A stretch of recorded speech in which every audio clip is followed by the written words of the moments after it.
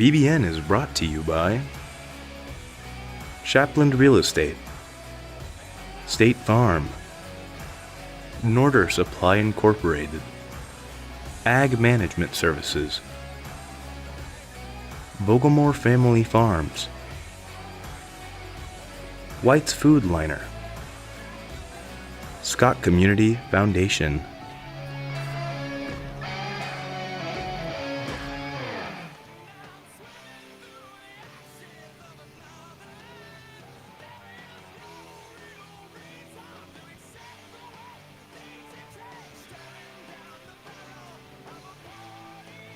BBN. At American Implement, we know that our farmers and ranchers are getting up and going to work every morning to provide food, fuel, and fiber for the world. And even though time and technology keeps us constantly changing, one thing will always remain the same. We promise that we'll continue working right beside you. We appreciate all that you do for our country and our communities. From all of us at American Implement, thank you. And may God bless the American farmer and rancher. Western State Bank, Backyard Blooms and Garden Center, LLC, Spray Foamit, LLC, Good Anesthesia and Pain Management Services,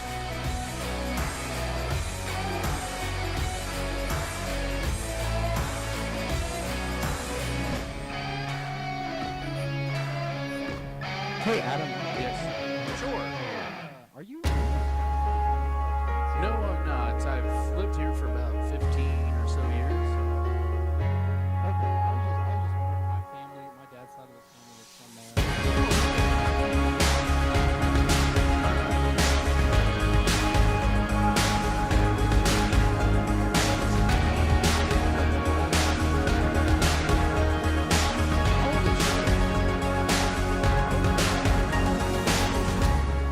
Huh. I'll be darned. Yeah. Okay. All right.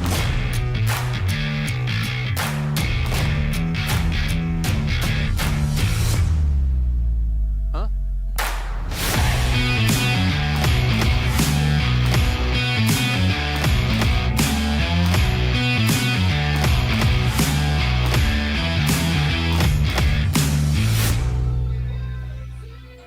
Sports have this amazing way of making a positive impact in our community, whether it's helping children, boosting local economies, or creating role models. That's our goal at American Implement, too. We believe in being a part of the communities we serve by just being a good neighbor. Thanks for being ours. Furrow Heating and Cooling of Scott City is a proud sponsor of Beaver Well, activities. there's overtime, so we Brent will and delay a Angie little take bit. pride in helping our activities and support our students 100%. They can also help you with any heating and Right, cooling yeah, needs that was you a pretty have. good one. Give Furrow Heating and Cooling a call at 620-872-3508 and see if they can help you with your needs today.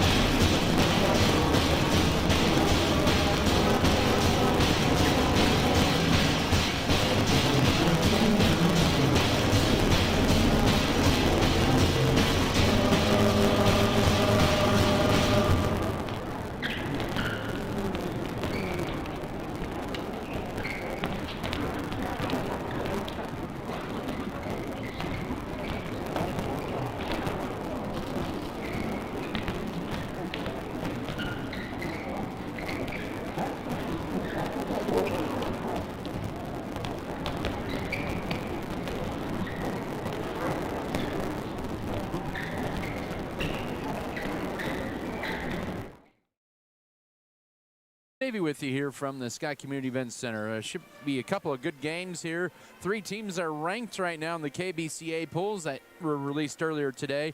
On the girls' side, the Goodland Cowgirls, they are ranked number 8 in 3A. They had their first setback of the year on Friday night, or Saturday night, excuse me, as they fell to the Colby Lady Eagles by the count of 46-22, in a game that was tight for a while, but Colby would pull away there in the second half as Scott City fell, or Goodland rather fell, 46-22. They are 1-0 in conference play with a win over Cimarron back to open up the season on December 6th. On the other side, the Lady Beavers are at 500, looking to get above 500 as they begin their conference schedule this week. Tonight, they lost to Garden City in a game where they led in the third quarter by 7, but saw the Lady Buffaloes get hot from the field and Scott City kind of go cold down the stretch and fall 50-37. The boys' game, it's going to be a pair of state-ranked teams. Scott City enters the rankings in Class 3A. Number 9 in Class 3A after they picked up a overtime thriller over Garden City, 64-62 in overtime on Saturday night to get to 4-0 on the year. Second straight year the Beavers have started out at least 4-0. And the Goodland Cowboys are also 4-0. They're 1-0 in the conference. They defeated longtime rival Colby on Saturday night, and they pulled away there late 75-50 to get to 4-0 on the year, and they are 1-0 in conference play. We have more of your pregame show. We'll come back in 3 minutes. We'll hear the comments from head coach of the Lady Beavers and Justin Farrell. We'll play that here in 3 minutes. This is Scott City Beaver basketball. We all know the weather in western Kansas changes daily. That's why your Ream specialist, Farrell Heating and Cooling, is there for prompt quality service. Farrell Heating and Cooling services all brands for tube heaters, gas fireplaces, gas piping, and sheet metal. They service for both residential and commercial units. For repairs or estimates, call 620-872-3508 or visit them at 910 West 5th Street in Scott City. Farrell Heating and Cooling proudly supports the Scott City Beavers. When you want plain talk with exceptional results, count on Norder Supply to serve you. With over 40 years of experience in the crop protection business, the dedicated team in Norder Supply is passionate about assisting you in achieving maximum net return per acre by delivering unparalleled agronomic advice and best in customer service. That's how they define success. To serve you better, they have an aerial application service and do it all for a very competitive rate. Call them today at 620-872-3058. Norder Supply, plain talk, exceptional results. Protect your bottom line with crop insurance from Farm Bureau Financial Services. Farm Bureau agents Berta Benz and Hugh Benz in Scott City and Leota can help you select the right federal crop and crop hail insurance options for your farming operation. Call Farm Bureau agents Berta Benz and Hugh Benz in Scott City or Leota today to discuss affordable programs, competitive tools, and resources that can benefit your business. Now that's smarter insurance for agriculture. Western Agricultural Insurance Company, an equal opportunity provider. With the winter driving season ahead, it's time to go down the checklist for safe traveling. Great Western Tire can complete that checklist. They carry top-of-the-line tires like BF Goodrich, Dunlop, Goodyear, Kelly, Michelin, and Titan tires. Bring in your vehicle for an oil change and to get your wipers checked. Take advantage of their car-controlled gas, diesel, and off-road fuel, along with offering bulk fuel delivery. Make sure you're ready for the winter driving months with a trip to Great Western Tire, located in Colby, Hoxie, Oakley, and Scott City. Open Monday through Friday, 8 to 5:30, Saturdays 8 to noon.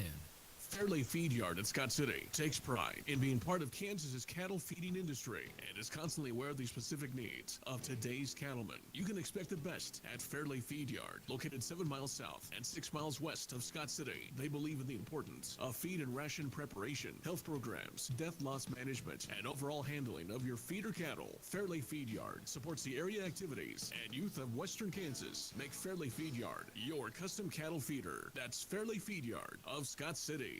As your local community foundation, we are dedicated to preserving local wealth so the communities in and around Scott County will forever remain attractive places to live, work, and raise a family. We respond to the needs of our community through grant making, scholarships, and other special projects. To learn more, give us a call at 620-872.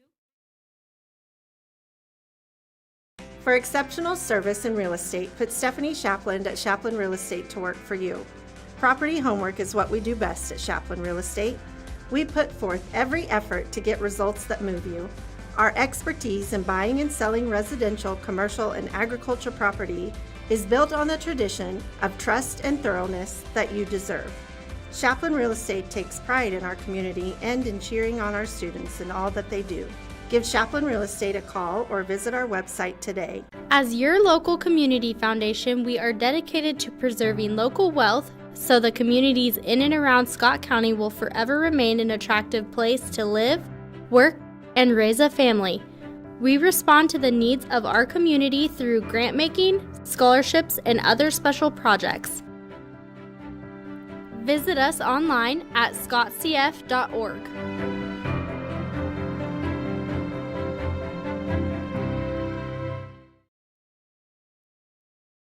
First half, kind of like what we wanted, sluggish, but just like you said, not able to stand or keep up with those two big runs that they had in that second half there, and I think that really just attributes to the turnovers that we had on those runs, not getting into our sets on offense, not really giving our a chance to even score because we're not going to look at the basket because we're turning the ball over before we get to that point, and then also just being able to stay focused on defensive side of the ball as well and not giving up open shots.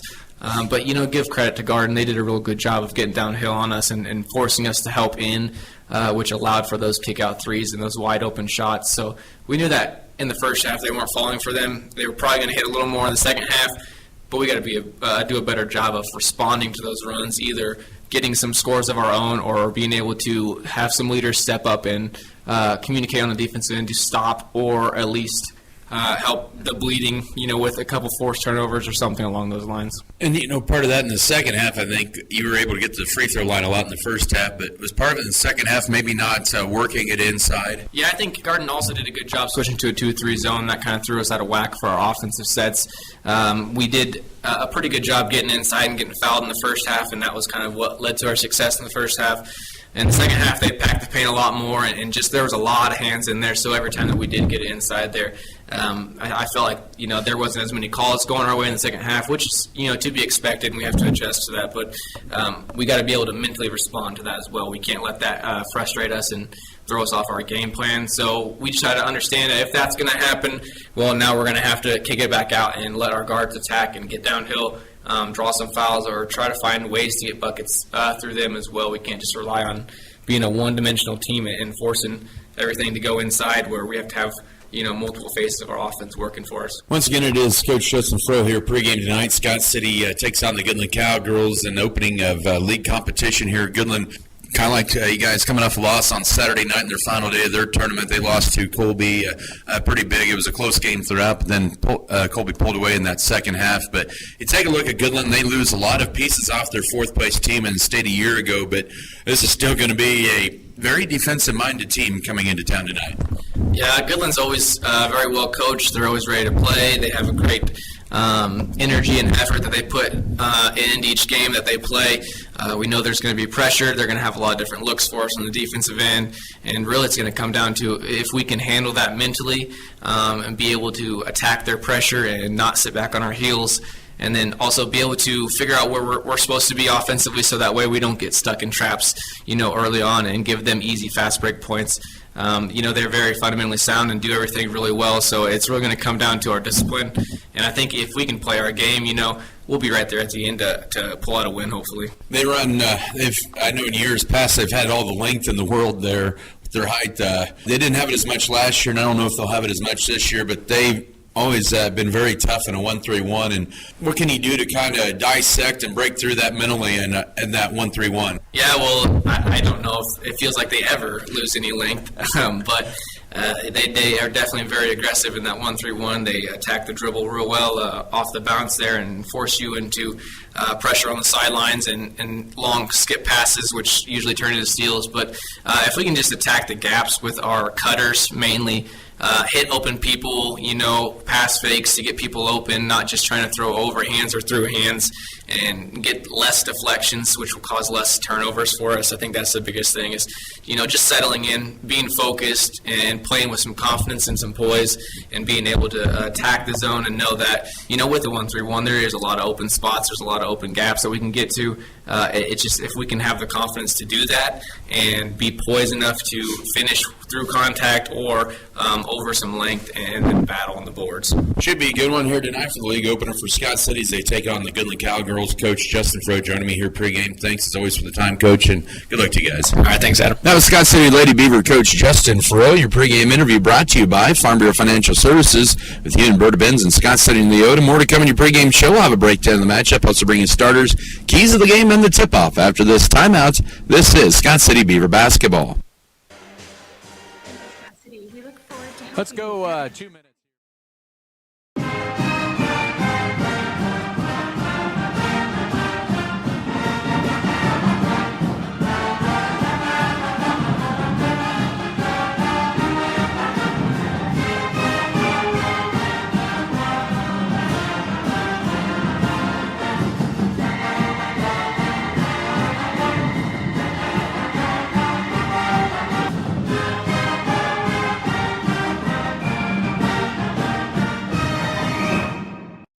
There's nothing more spacious than Western Kansas, and nobody closer than our communities.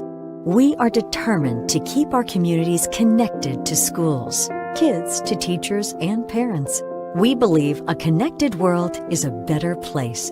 We're more than what we do for our hometowns. It's what we do with our hometowns. S&T is proud to be your family, your friends, your neighbor.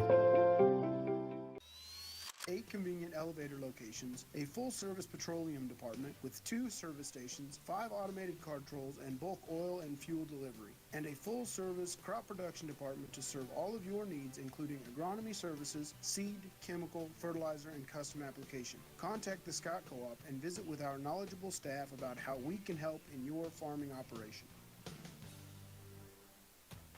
The Scott Recreation Commission invites you to come get fit in their fitness center. No matter what your focus is, the Scott Recreation Commission features a wide variety of fitness activities, including free weights and cardio, with an affordable membership.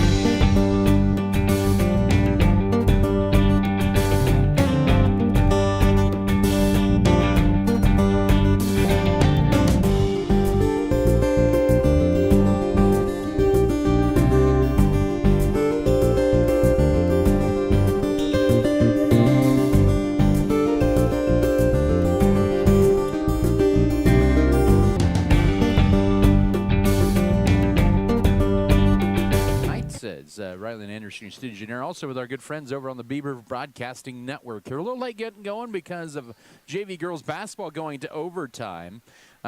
Lady Beavers did win that one. I think it was by 4 in overtime. So they got the win there, and so that delayed us here a little bit here in this gym. But tonight we're going to see some pretty good basketball between the two schools here, Scott City and Goodland. On the girls' side, Goodland has kind of owned this series here since 2021. They've won the last 7 in the series, and actually, how about the last 9 in the series? They're 9-1 the last 10 games against Scott City, and including a couple of wins a year ago, 50-33 right before the Christmas break. And game that was played pretty good here on senior night last year between the two teams in February. A game that Scott City led for most of the night, but then Goodland won a big run there at the end and ended up winning 45-34. Last win for Scott City in the series was in 2020. It was a sub-state championship game. The Lady Beavers would win that in overtime, 54-45. And last win in the regular season was actually when they crested this building back in 2020 in early January. Scott City would win that one. I think it was a 9-point game without looking at the things ahead. But nonetheless, it should be a good doubleheader here tonight here between these two schools. Scott City, I know they had a really good start against Garden City last week. They led 25-18 in the third quarter, but Garden City went on a 15-3 run, and Scott City had it tied, and then they dominated the fourth quarter. Did the Lady Buffaloes to win that game 50-33, pulling away late in that game on Saturday night down at the Garden, and the Lady Beavers were led by Megan Trout. She had 11 points. She had 9 of those in the first half, but Scott City ended up dropping that one. But there are 2-2 on the year, and a couple of games where they, I think it could be some pretty good games this week. An opportunity for the Lady Beavers here to get things going here tonight against a Goodland team. They're 3-1 on the year. Of course, Bill Bierman still the coach, the superintendent of schools there in Goodland, but he's gotten a lot out of his players here early on so far. They are 4-1. They had a big win over Cimarron, a big win over Ray, and a big win over Norton, and then lost 46-22. And they lost to the Colby Lady Eagles there on Saturday night, championship of the topside tip-off. And Goodland, this is a team this year that lost a lot of firepower off a fourth-place team, but they do return some pretty good players, including Marie Martin, who really came on off the bench last year for the Cowgirls and was a big part of their run to fourth place in 3A, and she's a 5'10 senior. She'll lead them in scoring this year so far. She does lead them, I should say, 11 points and nearly 5 boards a game. Hope Bierman as well, 7.5 points, 4.8 rebounds, a team that's averaging 45 points a game. Sky City averaging right around 53 points a game in their first 4 games. But Scott City and Goodland should be a good matchup there. This is a team that, they still have a lot of length. They'll go Martin, who's 5'10". They'll bring in Linton, who's 5'9", Kier, who's 5'10". So the length is still there for the Cowgirls, that is, and that'll be something that Scott City will have to face once again here tonight. But it should be a good matchup. I'm looking forward to both games here tonight. Final home game for Scott City before the Christmas break on Friday night. They head down to Holcomb to take on the Longhorns. And then their next home game is, not until, is that right, the 14th of January, I think, against Ulysses here. I believe that's their next home game. That's on a Tuesday night.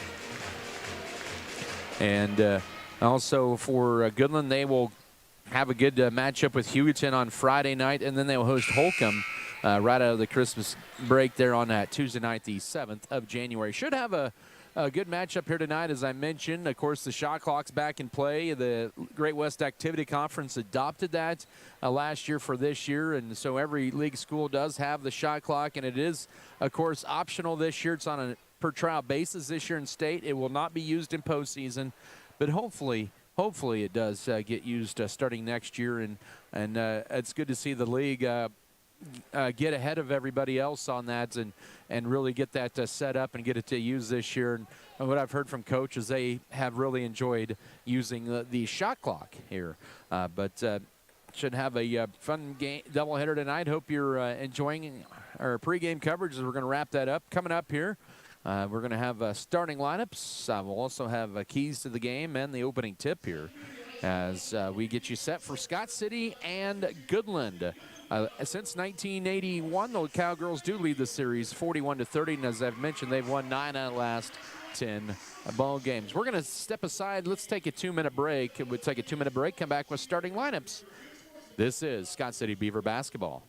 Western State Bank proudly supports Scott Community High School students and athletes as they prepare for another great year of achievements. Just as our students prepare for another successful year, we encourage you to be prepared for whatever life may bring you. Stop in and talk with the knowledgeable staff at Western State Bank, whether it be a new home loan, financing for your business, or any one of our checking and savings account options. We're here to help you. Make sure to check out all of our internet banking options provided at WSBKS.com. Western State Bank, member FDIC. And as always, go Beavers! Pioneer Communications believes the services we offer are about something more. Whether streaming your favorite shows, surfing the web, or running an online business. As your local nonprofit cooperative, we're more. They said this place was too isolated to call home.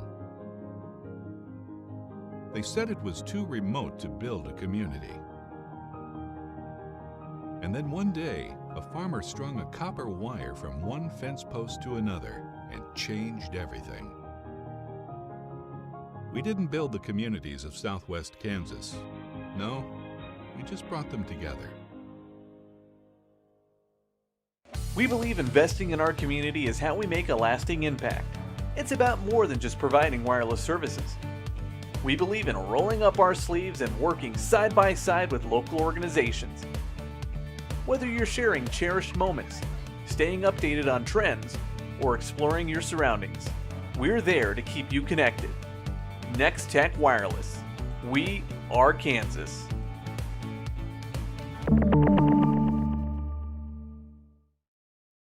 And gifts for the kids. Oh, and if you need furniture, see what they have with Ashley Furniture. Why go out of town when you can get quality stocking stuffers at great prices? Don't forget that Giftologist offers gift wrapping. Ease the stress of Christmas shopping with a visit to Giftologist in Scott City.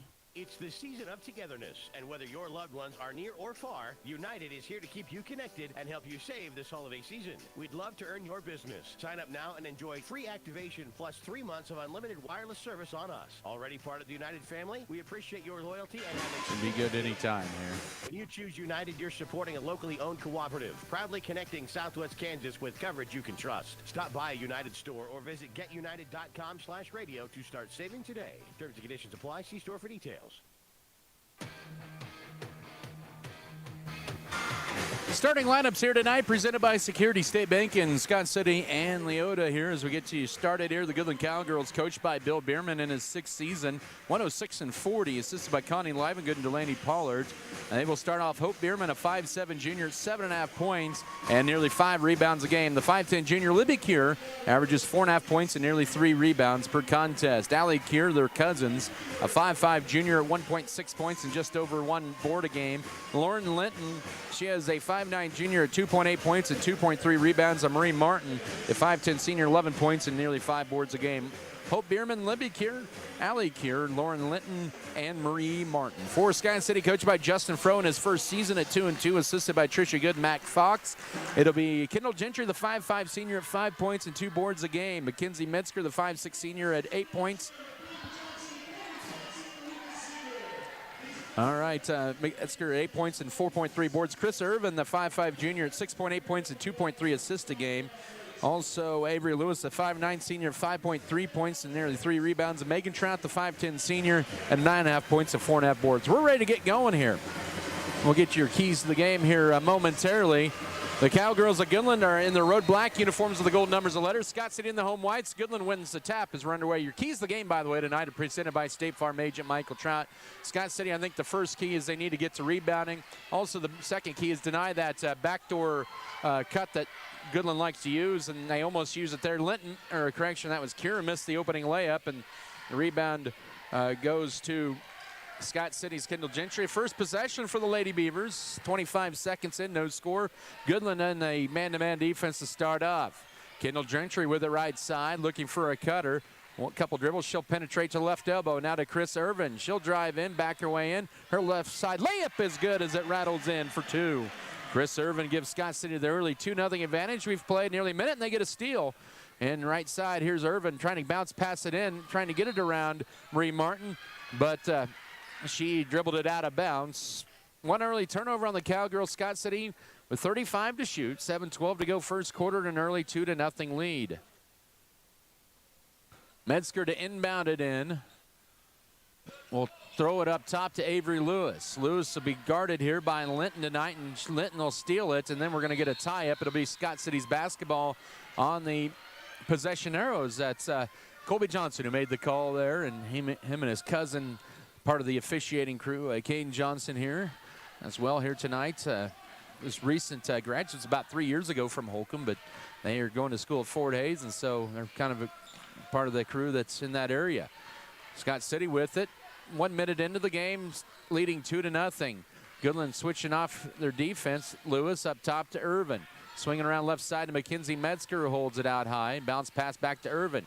Irvin gets tripped driving in, and she'll draw a blocking foul. A trip on Allie Kier, excuse me. That'll be her first. That'll be the ball game's first foul with 6:51 to go, first quarter of play. And 15 to shoot for Scott City. Irvin will get it into Avery Lewis up top to Metzger. Metzger goes Avery Lewis, right corner, drives the right baseline. Will take it, trying to wrap around pass. We're going to get a tie-up. That'll be turnover number 1 on Scott City.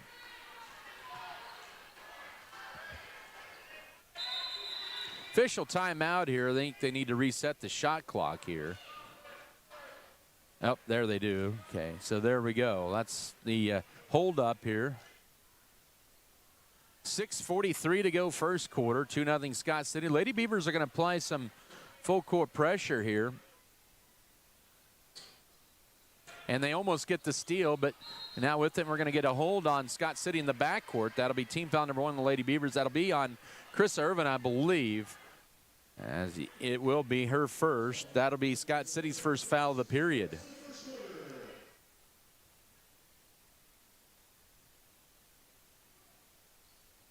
Goodland inbounded here, down 2 early on. With it is Allie Kier. She'll dribble left sideline with a left-handed dribble. She'll drive in all the way, gets it poked away, but it was last touched by Scott City out of bounds. It'll still remain with the Cowgirls, just 6 seconds off the shot clock, as they will inbound it to the left of their basket underneath.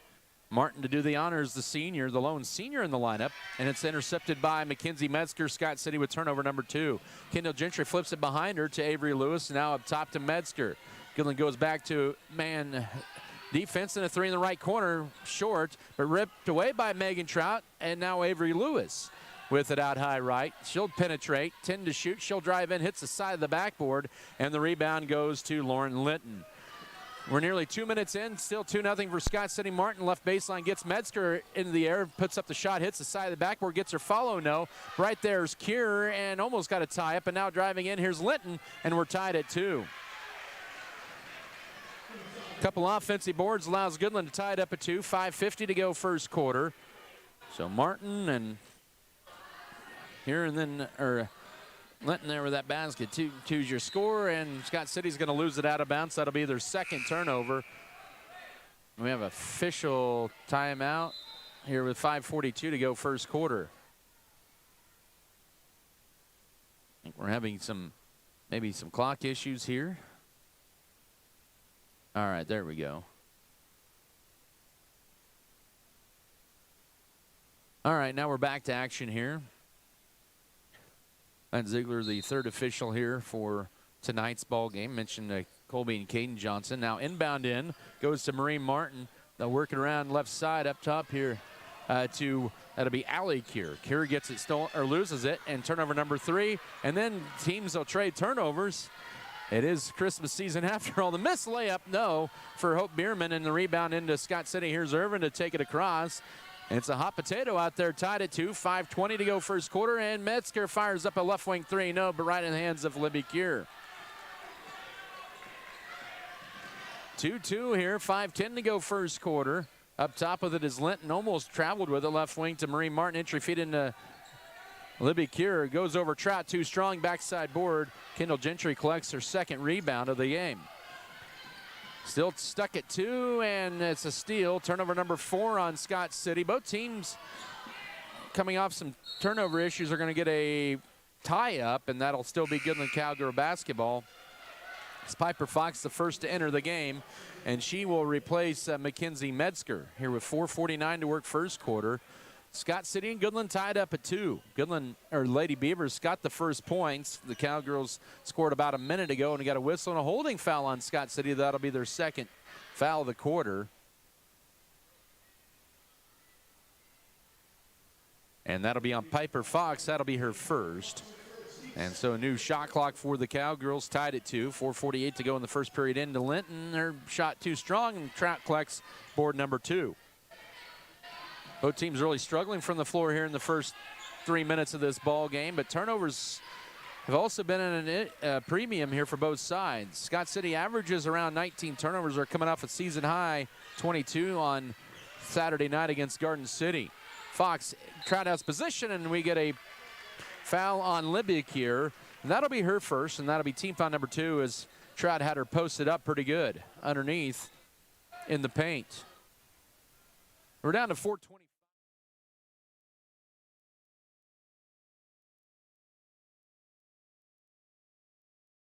Looking to lob it in, deflected, but right back to Lewis, who will fire right corner deep 2 and rattle it home. She just barely had the ball of her foot on the line, and it's 4-2 Scott City as we're at the 4:15 mark of the first quarter of play. Out high left, it goes to Marie Martin. Scott City staying man. Too high for Libby Cure, but right there was Lauren Linton to throw it up, and she draws a foul. The third team foul in Scott City, and that'll send the Cowgirls to the line. They'll get Piper Fox with her second foul with 4:07 to go in the opening frame. So it'll be Lauren Linton, who is 5 of 12 at the line here. And her first trip to the line tonight. First trip for either side. Knocks that one down, makes it 4-3 Scott City. Kaylee Felker in for the first time for Scott City. The 5'6" junior also in for Goodland. They bring in Magdalene Spresser, as well as Jacelyn Gable, a 5'5" junior. Spresser 2 points, Gable 4.3 points per contest. And the bank shot, no. Rebound into the paint. It's going to be another tie-up. That might be about, what, our third or fourth tie-up of the quarter? I think it's our third, because the possession arrow favors Scott City. We're near the midway point of period number 1. It's a 1-point Scott City lead with the ball at 4-3 as Lewis inbounded in. Goodland applying some pressure. Here's Lewis with it. She'll lob it across the 10-second line right to Kendall Gentry. Will drive to the right elbow, then to Lewis right wing. Want to put it into Trout, but Spresser fronting her. And now up top left to Chris Irvin. Irvin needs help. Avoids a 5 count with a pass over to Kendall Gentry, trying to reset the shot clock, or reset the offense. Shot clock at 20. Nice cut right side to Kaylee Felker, right baseline. Now is cut off. Throws it back up top to Avery Lewis. She'll penetrate, spin to the right lane. Bank shot, misses it wide. Trying to fight for the rebound. It's going to be last touched by Megan Trout as her and Gable were fighting for it. It'll belong to the Goodland Cowgirls here with 3:32 to go in the opening period. Low scoring affair here so far. Maybe a little rust from the other nights playing some pretty tough games here. Goodland with the ball down 4-3. Gable with it left wing, now up top left to Bierman. They work it up top between the rings to Allie Cure. Left wing back to Gable, looking for a cutter toward the paint. Now the bounce pass to the left elbow to Linton. Now underneath, a good position for Spresser, leaves it short. Had her own rebound, but right in the hands of Gable, and Goodland will reset. 5 to shoot here for 3 seconds. Linton loses it, and we're going to get another tie-up. And the possession arrow will favor the Cowgirls. Our fourth tie-up of the first quarter. It's Katie Weathers and Mackenzie Metzger return to the lineup. Also, Libby Kier back in for the Cowgirls. With 2:57 to go, I think they'll reset the shot clock here, if I'm not mistaken, to 35, and they will. Still 4-3 for Scott City. The Lady Beavers are 2 of their first 4 shots from their field. Now underneath here is bank shot too strong for Spresser. Rebound tipped around and eventually into the hands of Gentry. 2:50 to work first quarter. Gentry crossover dribble drives in and she draws a blocking foul. That'll be on Allie Kier. That is her second. So both teams dealing with some foul trouble here in the first quarter. And that'll be team foul number 3 on Goodland. Both teams now with 3 fouls, and Bill Bierman is letting Colby Johnson know what he thinks of maybe a missed call on the other end.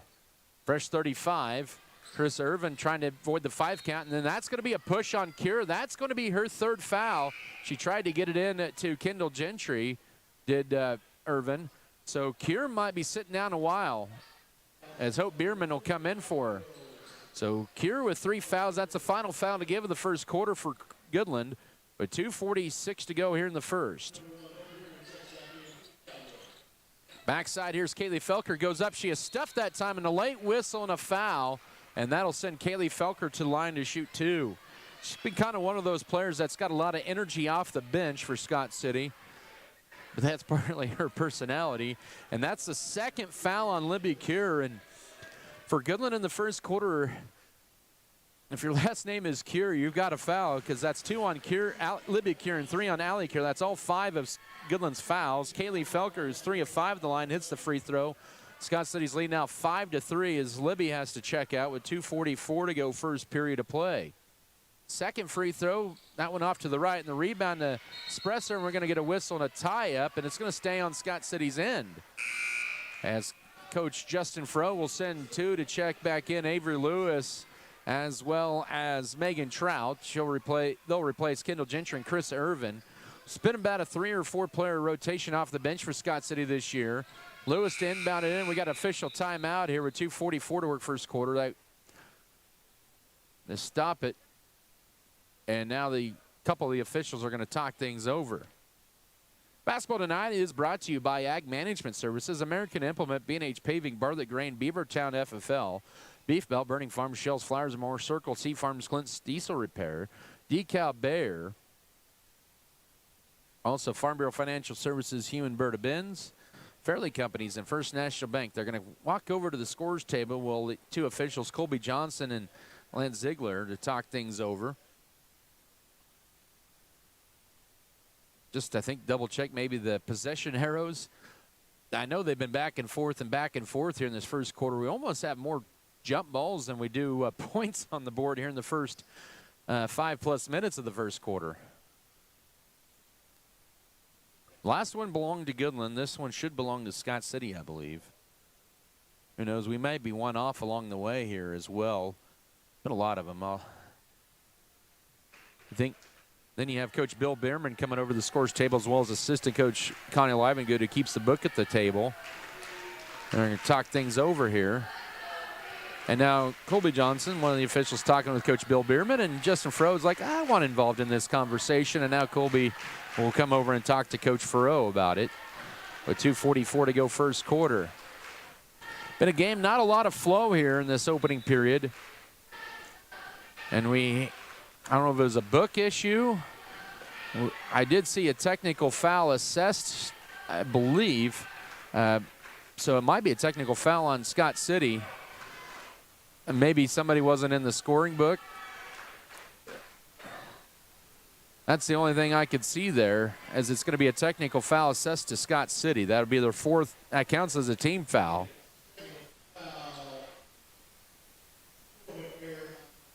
So they made the announcements, a scorebook error on Scott City. Hope Bierman will head to the line to shoot the technical foul shots. It's been a margin no more than 2, but that first one rims in and out. And she'll get it one more, will the 5'7" junior. I believe this is the last of the Bierman crew for Goodland. Been a lot of the Bierman siblings throughout the last few years there in Goodland. Hope does hit the second technical free throw. 2:44 to go first quarter. So they're going to go back to, they aren't going to go to the possession arrow. Goodland will keep possession of the basketball. The next tie-up will belong to Scott City officially. Didn't know if that was what was initially talked about, but it's 5-4. Goodland with the basketball, and Marie Martin gets a screen and misses a 3 on the left side. Fight for the rebound. Linton and Megan Trout tie up for it, and it is going to belong to the Lady Beavers. So we've got that all cleared out, and now we're back to action here. With 2.5 to go in the opening period. 5-4, Scott City with the lead and the basketball. Katie Weathers with it left wing. Goodland in a man-to-man defense up top. Here's Kaylee Felker. Goes to the basketball, goes right wing with a pass to Mackenzie Metzger. 10 to shoot, 9 to shoot, 8 to shoot. Not a lot of urgency here for Scott City with 5. Left side to Felker with 4. Avery Lewis, as the shot clock actually got stuck. And it's ripped away by Felker. And it's going to be Katie Weathers with it with 2:02 to go. She'll go up, shot is blocked, gets her own follow-up and scores it. Weathers with her first basket, 7-4, 1:56 to go, first period of play. So good job by Weathers following up her own missed shot, and Scott City with her third field goal, of the quarter. Shot clock isn't currently working here, as it's still stuck at 35. With it is Lauren Linton, and up top here now to Jason Gable. You got a whistle and official timeout, and the officials notice the shot clock is froze. And so I think we're just going to continue to, my guess is they're just going to start playing without the clock here. Here with 1:33 to go first quarter.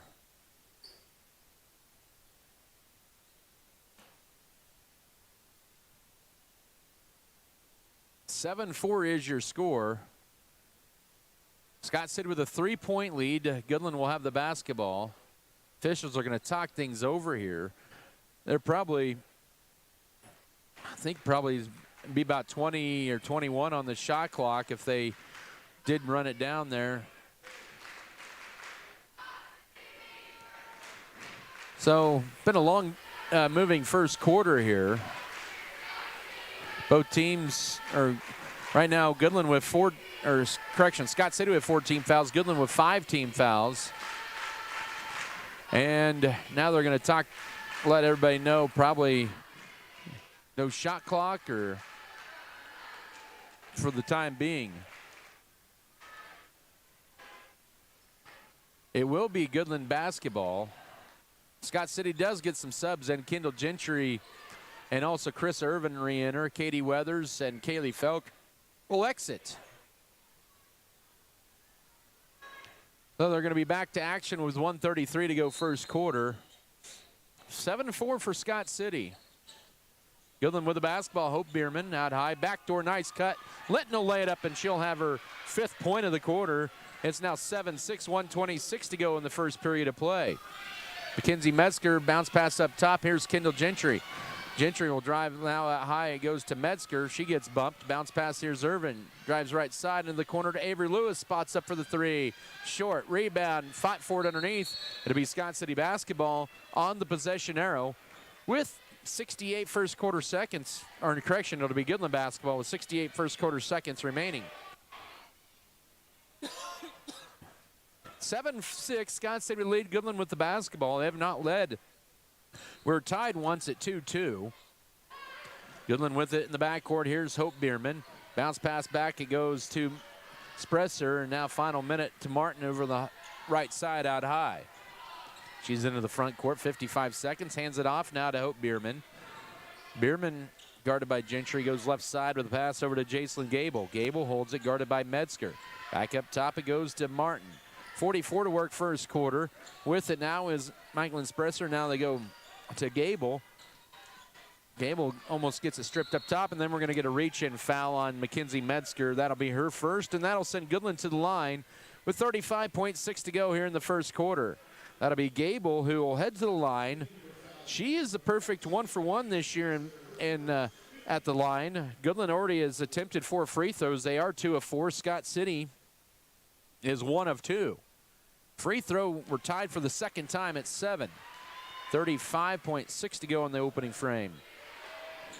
Scott City with about 3 of 7 shooting. Goodland is at 2 field goals here in this opening quarter. The free throw too strong, and the rebound to Megan Trout. Already grabs her 3rd rebound, and the shot clock work there as it shut off. 30 seconds to go first quarter. Avery Lewis right corner. Scott City and Goodland tied at 7. We got a foul away from the ball. It's going to be a holding foul on Lauren Linton, her first. And that'll send Trout to the line to shoot 2 free throws with 26.8 to go first quarter. Trout yet to score in this game.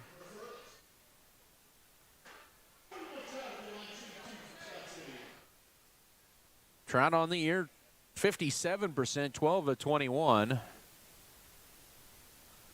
And she'll break the 7-all tie. 26.8 to go first period. It's been about a 25-minute or so first quarter. A lot of stoppages, fouls, jump balls, some scoring book issues, and it's now 9-7. Scott City back on top by 2. 20 seconds to go first period.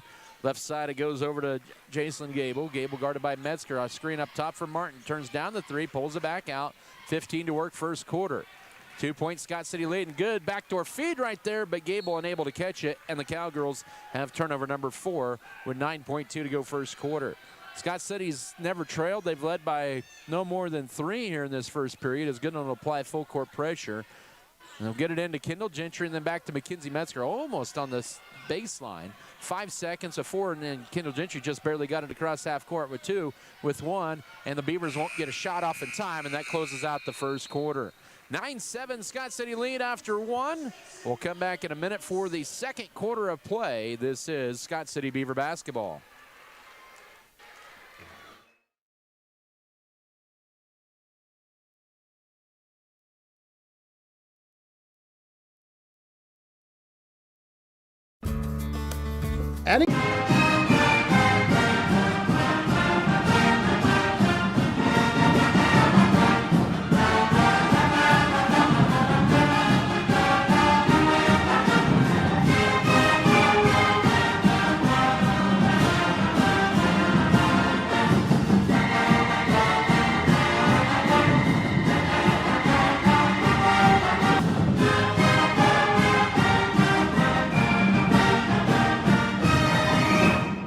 Scott City Eye Center has been a leading provider of optometry services and vision care products in the Scott City community since 1999. Our experienced eye doctors offer comprehensive vision examinations that our Scott City Optometry office specializes in the diagnosis and treatment of a wide array of eye diseases, conditions, and problems. We use advanced diagnostic technology, and we are committed to improving the quality of life. Give yourself the gift of clear vision by scheduling an appointment with Dr. Joshua Gooden, OD, today. 3 of 7, and that's the difference in the ball game. 1 field goal. It's 9-7. We headed the second quarter back here as right corner Xavier Lewis with it, puts it on the floor, and then back up top it'll go. Here, and driving in, here's Megan Trout. She'll score it. Trout with her first field goal. She has 4, and it's 11-7. 7:38 to go first half. Goodland with the ball in the backcourt. And now back in the front court with it is Bierman underneath. Pump fake here. Here's Spresser. Look to go up, and that's going to be a 3-second lane violation on the Cowgirls. That's their 5th turnover. Scott City now led by Megan Trout's 4. Lauren Linton has 5 of Goodland's 7 points here in this first half.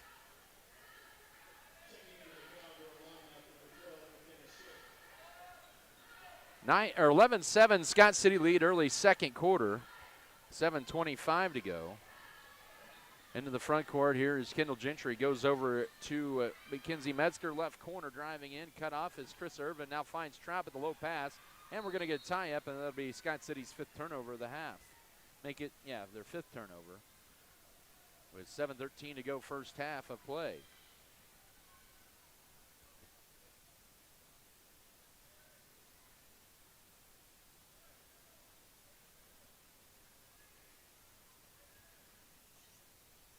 11-7 your score, and with it.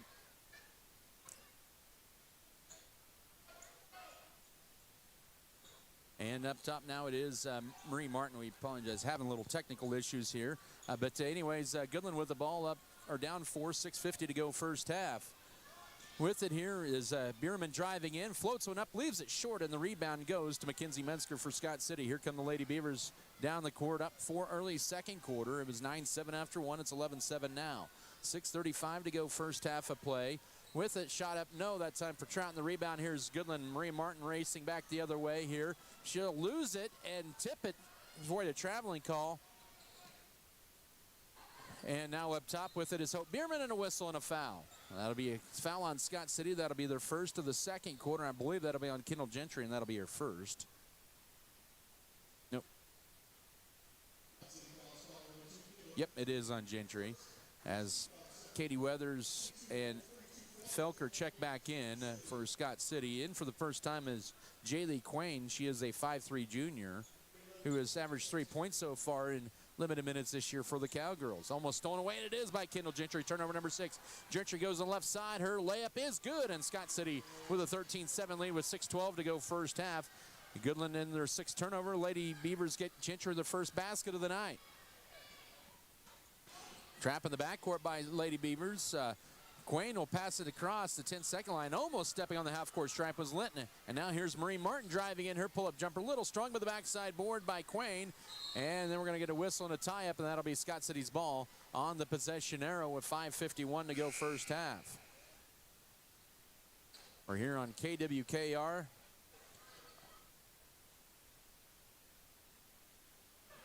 Leota Garden City here. Just past the top of the hour here. So it's 13-7 Scott City lead. And the basketball, they've scored the last 6 points in a steal that time. Here's Lauren Linton. She'll take it all the way. Uncontested layup. She has 7 in the half, and that's a season high for 13-9. 5:36 to go before intermission. Bounce pass to Kaylee Felker. Nice cut, Trout, power dribble, goes up, scores it, and one. Trout with a half a dozen, 15-9. Her points right now, the difference in the game. 5:29 to go first half. By the way, they have shut the shot clocks off here at Scott City. That foul will be charged to Hayden Short, who just checked in. That'll be her first, and the team first of the second quarter. We have a timeout on the floor taken by Coach Bill Bierman and Goodland. It is a full. Let's come back in 1 minute. 5:29 to go, second quarter, 15-9 Scott City. Back in 1 minute. This is Beaver basketball.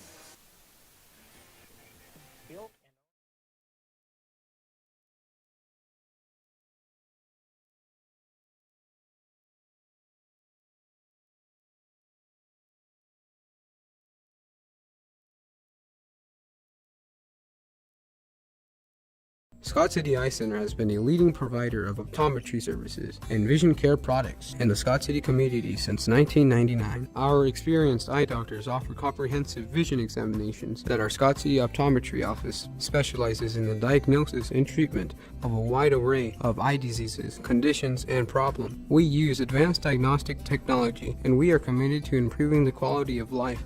Give yourself the gift of clear vision by scheduling an appointment with Dr. Joshua Gooden, OD, today. At Redburn Enterprises, we're bringing you BW Fusion products to help your crops stress less and yield more. Discover the benefits of Amino, Relax RX, Full Sun, and BioBoost, each designed to enhance plant health and maximize yield. Proudly supporting Scott County Athletics, Redburn Enterprises is your partner for a more resilient and productive future. Choose BW Fusion from Redburn Enterprises today.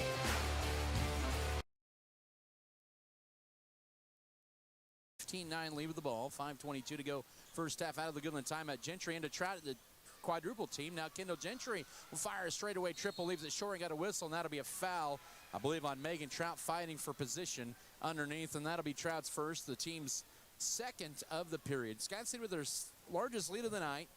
It is 15-9 here with 5:15 to go, second quarter of play. So back it goes to the Goodland Cowgirls. Hayden Short with it in the front court. Now skips it over left side. Lead pass to Marie Martin. Lob underneath, almost Trap picking up her second foul now into McKenna Schick, a freshman, as Goodland goes a little deeper to their bench. Shot up, no, and that's going to go out of bounds. That was put up by Quain, and it belonged to Scott City.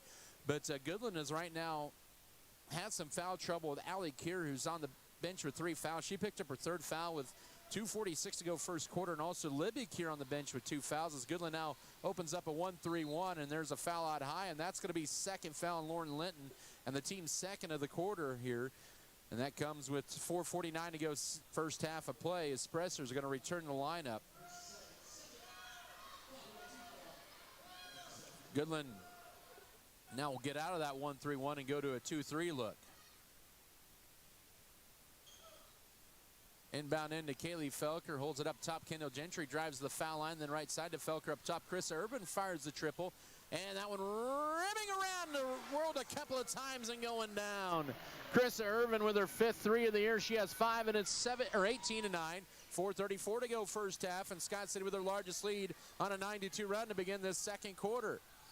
Up top now with it is Schick. She'll go left with the pass out high. And back up top, they're working around. Martin goes right side. Ball fake by Hayden Short. 4:15 to work first half. Jaylee Quain with it. And now it's Schick. Underneath, shot up, banked in. Marie Martin with the basket, her first 2 of the night. 18-11 as we near the midway point of the second quarter of play.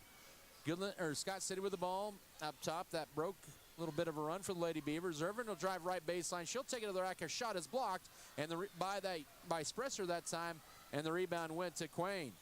18-11, Scott City with the lead, and reaching foul on Peyton Gentry. That is her first, and that's the third of the quarter on Scott City. A trio of Lady Beavers and 1 Cowgirl to check in after the foul signaled to the scorer's table. And is Mackenzie Metzger, Piper Fox, Avery Lewis, and for Goodland is Hope Bierman. Lady Beavers exiting Gentry and Gentry as well as Trout, and Quain exits for the Cowgirls. Ball knocked out off the inbounds. 1 second comes off the clock. 3:46 to go second quarter, and a 7-point Scott City lead, 18-11. Inbound in here, Hope Bierman. Now up top, it'll go to Michael Spresser. Goes right side over to Hayden Short. Short now right baseline, shot up, and a pushing foul. That'll be on Kaylee Felker. And that'll be Scott City's 4th team foul of the quarter. That's foul on Felker, her first. 2 free throws coming up for Spresser. She is scoreless tonight, looking for her first point. She is 1 of 4 at the line coming into tonight.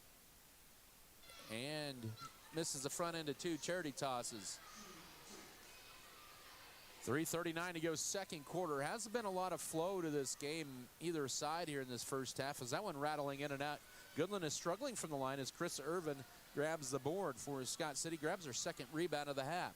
3.5 to go. Turning down the 3 is Avery Lewis, trying to get it into Piper Fox. Finally does. Fox goes to her left, nice up and under move, puts it up through contact and gets it down.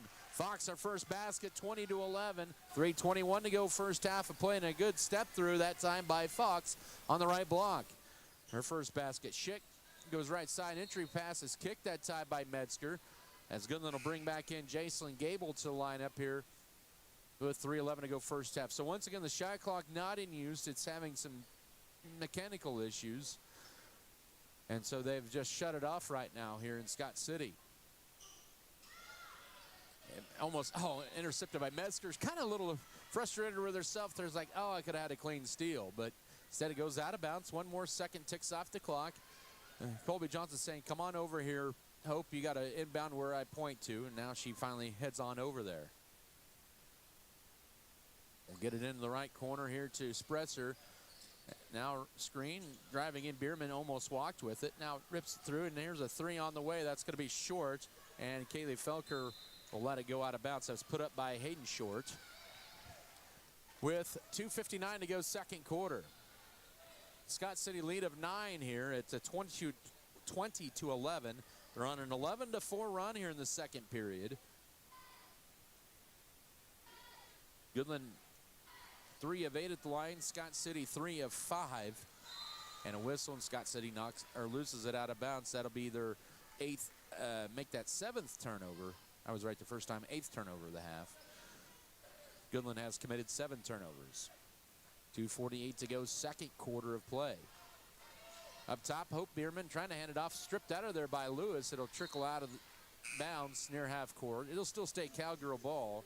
As Kendall Gentry, Megan Trout re-enter, exiting will be Kaylee Felker as well as Chris Irvin. Trout with 6, Irvin with 5 to lead Scott City in scoring. They have a 20-11 advantage, 2:41 to go first half. Hayden Short with it up top to Schick, swings it over right side to Gable. Gable almost picked up that pivot foot. Now she'll go around to the top in between the rings, guarded tightly by Gentry, almost a little too tight. Scott City does have 14 fouls this second quarter, so they have no fouls to give. Goodland has just been whistled for 2 fouls here. 2:20 to go first half. Lob it underneath, and Spretzer can't handle the pass, and that'll be turnover number 8 on the Cowgirls. 2:18 to go second quarter. 20-11 for Scott City. Inbound into Kendall Gentry. She'll take it across the 10-second line, goes to her left with the dribble. Man-to-man Cowgirl defense, right baseline. Avery Lewis turns down the deep 2, drives the right baseline, takes a strong, throws up the shot, can't get it to go. And the backside board, and they're going to get a foul on Avery Lewis. That'll be her first. And that will send Goodland to the foul line, and that'll be team foul number 5 on Scott City. So Lewis kind of tripping up that time. Gable, who was 1 of 2 at the line. So Lewis with 1 foul, and Goodland in the bonus here with 2:01 to go second quarter. Still a 9-point Lady Beaver lead at 20-11. Gable 1 of 2 at the line and makes it 2 out of 3. Her second point makes it 20-12 for Scott City. Second charity toss is off the back iron, and the rebound, good rebound by Piper Fox. And outlets it to Mackenzie Metzger. Metzger with the dribble in the front court, minute 55 to work second quarter. Goes left with the pass to Kendall Gentry. Gentry holds it. Man-to-man Cowgirl defense up top to Piper Fox. Gets it into Trout, loses it. It's poked away, but picked up by Metzger. Wrap around up top to Lewis, who keeps it in the front court. And then tight defense, and that's going to be a timeout for Coach Justin Froh. It'll be a full timeout. We'll take it as well. 1:40 to go second quarter. Scott City 20, Goodland 12. We'll come back in 1 minute. This is Scott City Beaver basketball.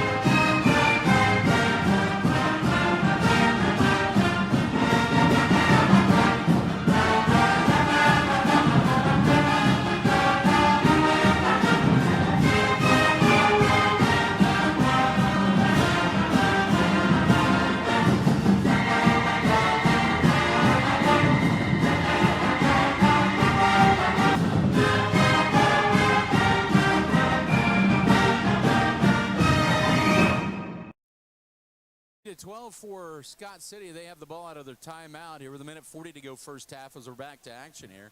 Gentry with it now up top to Mackenzie Metzger. Goes right side to Avery Lewis. Oh, almost fired the three, but quickly guarded. Goodland in a 2-3 zone. Lewis now with the right corner trying to get it to Trout, and she loses it out of bounds, and that'll be turnover number 9 on Scott City. Thought maybe they're going to initially get a push on Spresser, but the momentum kind of carried them out of bounds. 1:27 to go first half. Cowgirls with the ball down 8, 20-12. Scott City has never trailed in this game. They've been tied at twice at 7. They led 9-7 after 1. It's been an 11-5 run here in the second quarter for Scott City. Now Spresser driving in, and she gets the shot to go. Her first basket makes it 20-14, and Goodland with 3 in a row with 1:08 to go first half. And the Scott City lead down to 6. Piper Fox off a deflection, trying to get it into Trout. Deflected, picks it back up.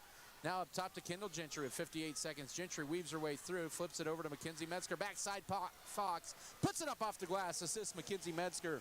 Fox with 4 all in this period. 22-14, 48 seconds to go here before halftime. Cowgirls with the basketball up top now to McKenna Schick. Left wing, it goes to Hayden Shorts.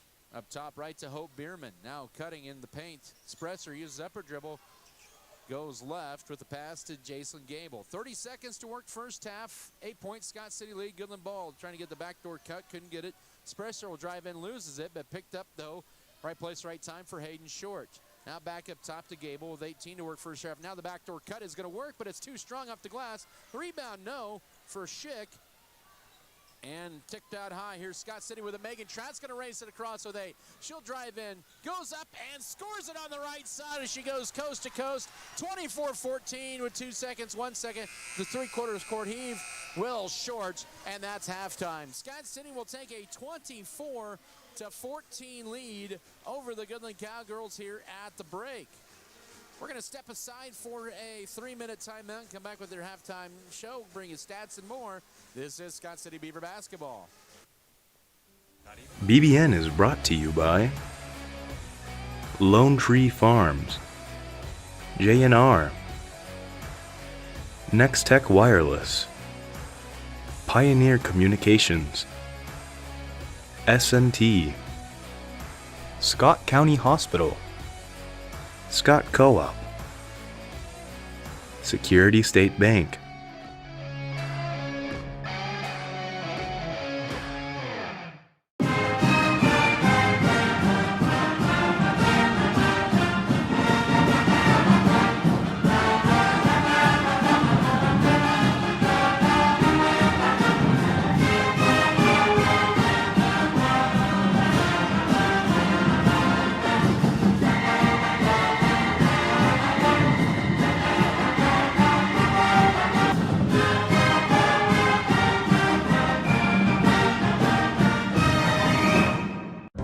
At American Implement, we know that our farmers and ranchers are getting up and going to work every morning to provide food, fuel, and fiber for the world. And even though time and technology keeps us constantly changing, one thing will always remain the same. We promise that we'll continue working right beside you.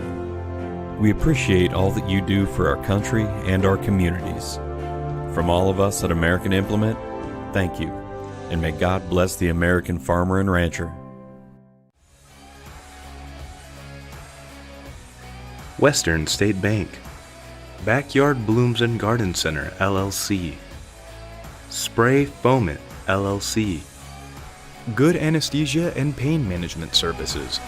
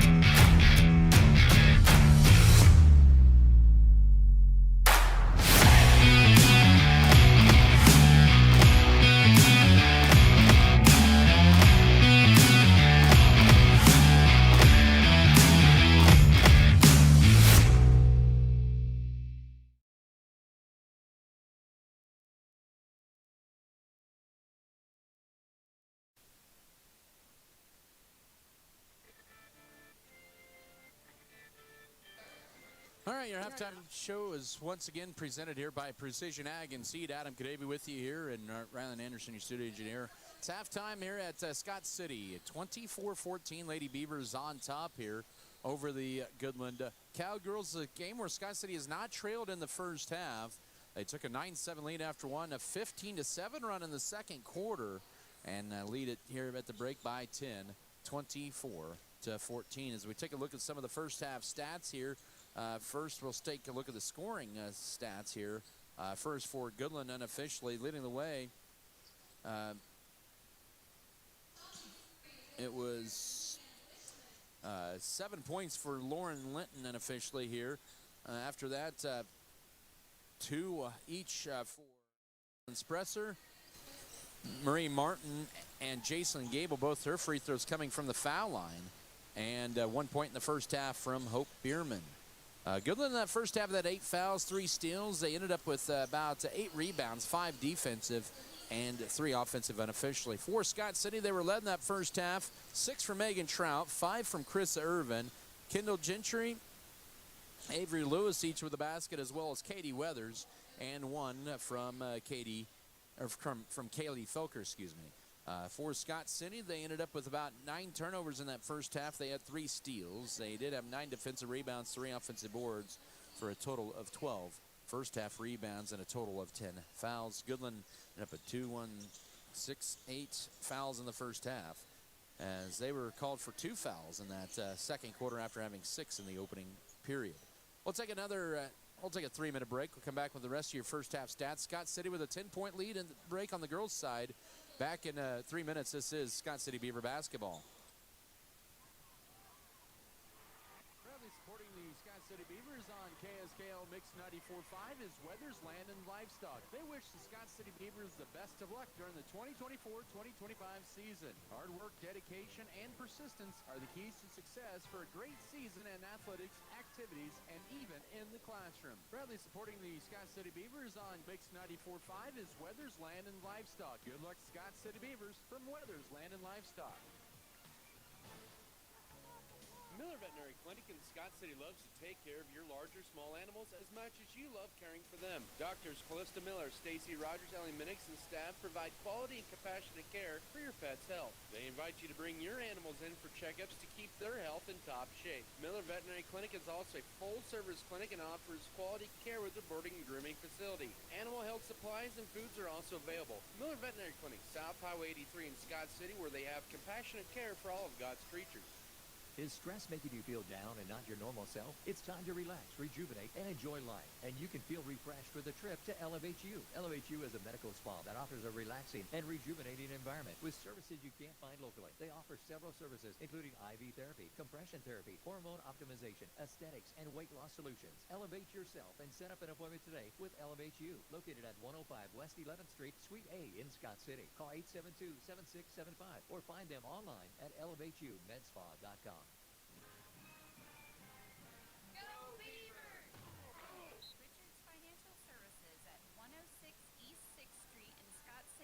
Once again pleased to be a Booster Club sponsor for the Scott Community High School Beavers and a proud sponsor of Beaver Sports on KSKL. We are looking forward to another exciting and spirit-filled year of sports, academics, and activities in Beaver Nation. Go Big Blue!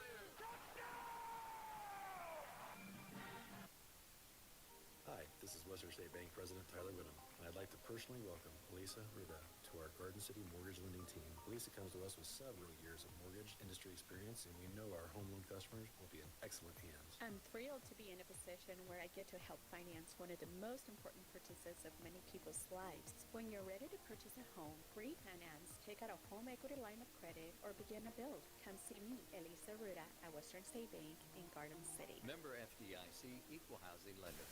Life is all about your vision. That's what Dr. Joshua Goodland, the staff at Scott City Eye Center, believe. They care about your health and are dedicated to exceptional service to give your vision the level of attention it deserves. Dr. Goodland can diagnose and treat an array of eye diseases, conditions, and problems. It's easy to see that Scott City Eye Center cares for your vision. Schedule an appointment with Dr. Joshua Goodland today at 620-872-0040. Scott City Eye Center supports all area school activities.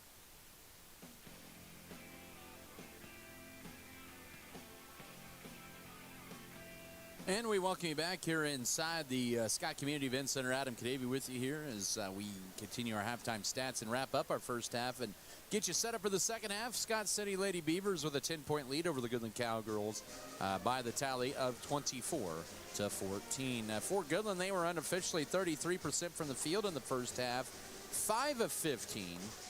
They were 0 of 1 on threes, only attempted 1 3. That came in the second. Correction, they were 0 for 2 on threes, so they're 5 of 16 actually in the first half, a little bit south of 33%, and 5 of 14 on twos, and 4 of 10. They struggled a little bit at the foul line there in the first half. For Scott City, they were 10 of 19, 52% shooting in the first half, as they were 1 of 4 on threes, 9 of 15 on twos. And from the free throw line, Scott City ended up 3 of 5 in the first half. Foul trouble for both teams. For Goodland, Allie Keir picked up 3 fouls in that first quarter, and she sat pretty much since then. Libby Keir picked up 2 fouls in that first quarter as well. She sat pretty much most of the second quarter. For Scott City, Piper Fox had 2 fouls. Also, Lauren Linton, by the way, did have 2 fouls as well. Piper Fox had 2 fouls in that first half for Scott City. Lady Beavers will be at Holcomb on Friday. Also, the Scott City boys will be there at Holcomb on Friday, as it'll be the final games before the Christmas break. Goodland will remain on the road as they'll head south to take on the Hugoton Eagles. It'll be Goodland Cowgirl basketball to begin the third quarter. Scott City rolls out their starting 5 with Avery Lewis, Kendall Gentry, Chris Irvin, Megan Trout, and Mackenzie Metzger. Goodland brings out Hope Bierman, also Lauren Linton, Allie Keir, Libby Keir, as well as Marie Martin. Third quarter officially underway. Goodland with the ball. Scott City opens up man-to-man. Ball deflected out. And they do get the shot clock back working and reset. With 7:53 to go here in the third quarter, we believe, for the time being here. The love-hate relationship with technology. With it here is Hope Bierman up top now to Lauren Linton. Goes left side with the pass over to Marie Martin. Conference opener for Scott City. Goodland 1-0 in conference play. They had their season opening win against Cimarron on the road. So their first 3 league games are going to be on the road here. And, of course, change next year. High-low working underneath and almost got Mackenzie Metzger too high, but Lauren Linton ends up banking it in for a 9th point. 24-16, 7:23 to go third quarter. So Goodland with their first possession, good for a basket. Scott City looking to counter with their own as well. And they're going to throw the ball away. That'll be turnover number 10 on Scott City. And the Cowgirls with the ball down 8 early third quarter at 24-16. 28 to shoot, right side to Marie Martin. Trying to get it into Libby Keir, but loses it out of bounds. And Goodland will commit turnover number 9. So Scott City will get the ball back up by 8. 7:01 to go third stanza, 24-16. Into the front quarter to be Kendall Gentry. Weaves her way right side now. Bounce pass to Mackenzie Metzger. Metzger one bounce back up to Gentry. Now back to Metzger, back to Gentry. Ball deflected out high, and Marie Martin gets her hand in the passing lane and forces turnover number 10 or 11 on Scott City, and the foul as well. The length of Goodland can be a factor in this ball game, and that'll be the second foul on Chris Irvin in the first of the quarter on Scott City. To the free throw line, Marie Martin, her first trip to the line tonight. She has 6 of 10 on the year, averaging 11 points and nearly 5 rebounds per contest. Free throw number 1 is good. Goodland is 5 of 11 at the line as they have scored the first 3 points of the second quarter. 6:44 to go. It's 24-17. Piper Fox, Kaylee Felker enter. Kendall Gentry, Mackenzie Metzger exit, for the Lady Beavers. Second free throw for Martin. That one crawls off. Rebound, Avery Lewis. Gets a good rebound there for the Lady Beavers, who lead it by 7 early third quarter. Scott City 2 possessions and 2 turnovers here to begin this second half. Irvin with it up top, playing against the tight man-to-man defense. She'll take a strong to the rack. Oh, left it off to the right, and the rebound into the hands of Allie Keir. Keir to race it across and down the floor to her cousin Libby. Up and under move, and it's a 5-0 run for Goodland to begin this third quarter. Libby Keir with the first basket, 24-19 with 6:18 to go here in the third quarter. Scott City 0 for 1 from the floor, but they've turned the ball over twice in a trap out high, and Coach Justin Froh has seen enough, and he'll burn a 30-second timeout with 6:11 to go third quarter. Lady Beavers have seen Goodland with a 5-0 run to begin this second half. It's now 24-19. Basketball presented here by Farm Bureau Financial Services, Neil Baker, Fro Heating and Cooling, Fro Ag Service, Fro Electric, Good Anesthesia and Pain Management Services, Great Western Tire, Deckmart Furniture and Appliance, High Choice Feeders, Hammy Amy Farms, HRC Feed Yards, and J&R Car and Truck Center. So Goodland with the first 5 points of this third quarter, and Scott City 0-1 from the floor. They also have 2 turnovers. Goodland also is 1 of 2 at the line and 2 of 2 from the field to begin this third quarter. Making this a 5-point game. It was 24-14 at the half, but already a minute 49 into the third quarter. Goodland with 5-0 run. Scott City's ball out of the 32nd timeout taken by Coach Furrow. The Cowgirls open up at a 2-3 zone. Right side, the pass is deflected, and Marie Martin almost had the steal. Avery Lewis gets it back. That's a thing. The length of Goodland has definitely been present here in this third quarter. Avery Lewis left side to Irvin, looking to drive the left baseline, 6 to shoot. Up top to Kaylee Felker, right side. Avery Lewis fires a triple on the way, airballed, and that'll be a shot clock violation on Scott City. So the second half woes to start here continue for the Lady Beavers. Had a good look from Lewis, but missed it wide, and Goodland with a chance to add to their 5-0 run here as we're at the 5:45 mark of the third quarter, 24-19. Allie Cure with it out high. She did not play since the middle of the third quarter, and there's a 3, and it's good up top for Bierman. Her 5th 3 of the year, and it's an 8-0 Goodland run here to begin the second half, and it's 24-22, 5.5 to go here in the third stanza. And all of a sudden, this 10-point lead has been gone. It almost feels reminiscent in a way of last year. Avery Lewis with it, goes left, and it's thrown away in a turnover. Here comes Hope Bierman all the way, uncontested layup, and we are tied at 24. She has 5 in a row, and Goodland with a 10-0 run here to begin this third quarter, and our third tie of the ball game. As we approach 5 minutes to go, Coach Justin Fro wants a full timeout.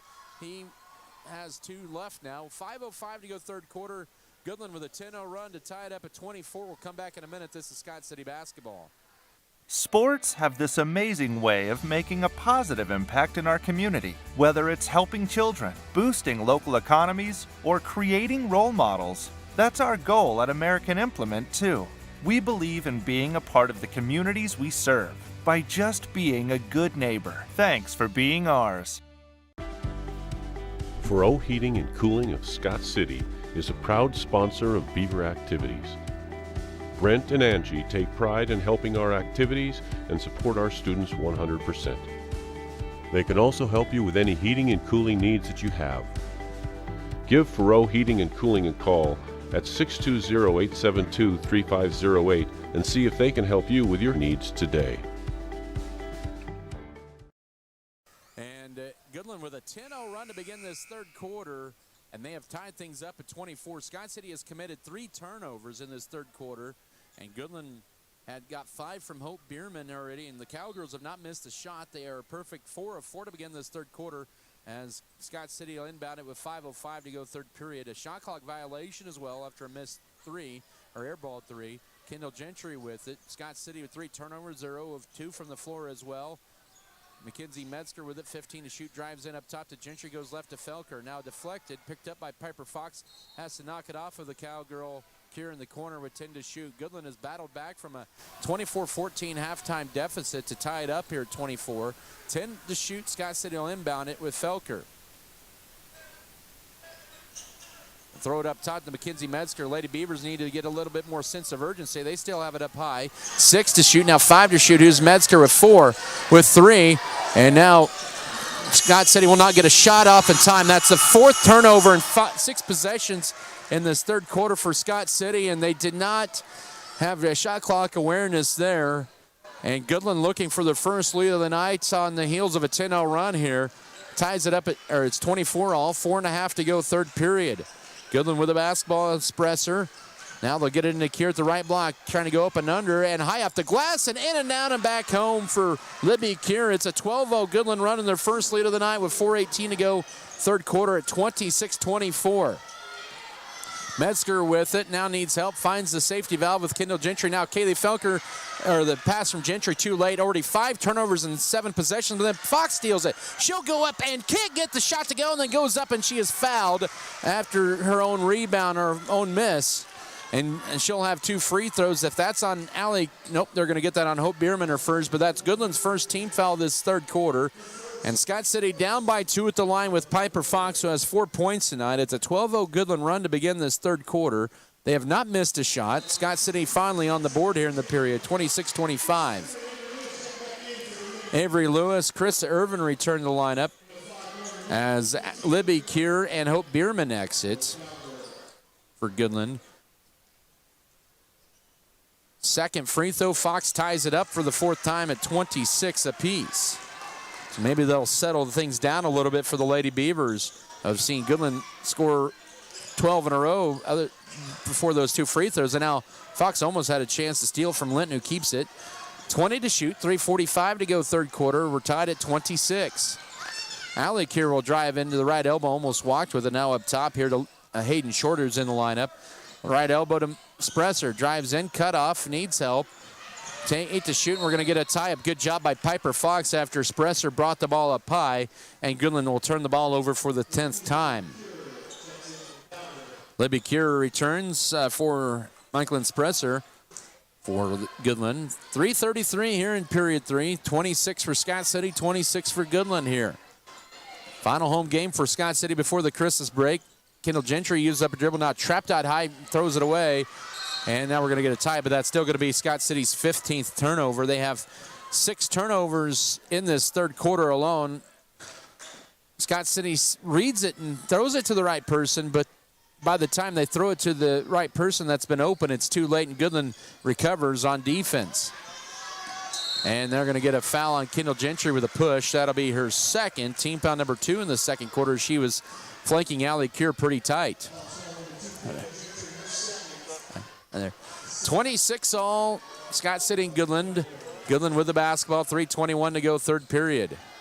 It's a 12-2 run to begin this third quarter. Scott City without a field goal to begin the second half. Entry feed into Libby Kier, goes over Piper Fox, and Goodland misses their first shot, but right underneath is Linton. She'll go up and she gets it and one.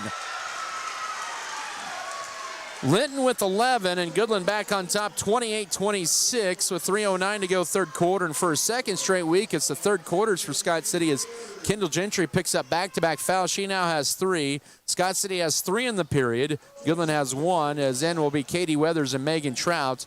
And Linton to the line where she is 1 of 2 tonight. Goodland, this will be free throw number 3 the third quarter. They are 6 of 12. 28-26 Goodland. The Cowgirls on a 14-2 run here in the first 5 minutes of the second half and make it a 15-2 run. And it feels reminiscent of how kind of the game went last year as they trap, and Scott City's almost turns the ball over with 3:07 to go third quarter. Coach Justin Froh is going to go a little deeper to the bench and bring in Peyton Gentry for Avery Lewis.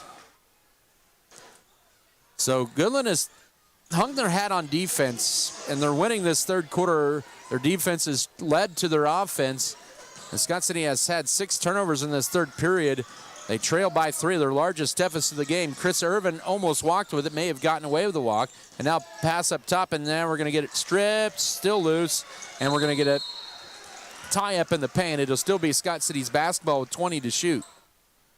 And 2:54 to go on the game clock here in the third. Lady Beavers down by 3, 29-26. They have not had a field goal yet in this second half. They're 0 of 3 from the floor and have 6 turnovers. Their only points coming from the foul line. Peyton Gentry just gets it in to avoid the 5 count. That's going to be last touch, they'll say, by Marie Martin. Says Colby Johnson, it'll still be Lady Beaver ball with 19 to shoot. 2:53 on the game clock. Inbound into Peyton Gentry out high. Now working around to Katie Weathers. Goodland in a 2-3 zone. The zone has really hurt Scott City tonight, and the pass deflected but picked up by Chris Irvin. 7 to shoot. Scott City needs a little sense of urgency here. They've already got 1 shot clock violation, but Peyton Gentry can't bank that in. The rebound tipped out high. Irvin will get it, and Scott City will reset. Good job, and they're whistling a push out high. That'll be on Hayden Shorter's second. Team foul number 2 of the second half.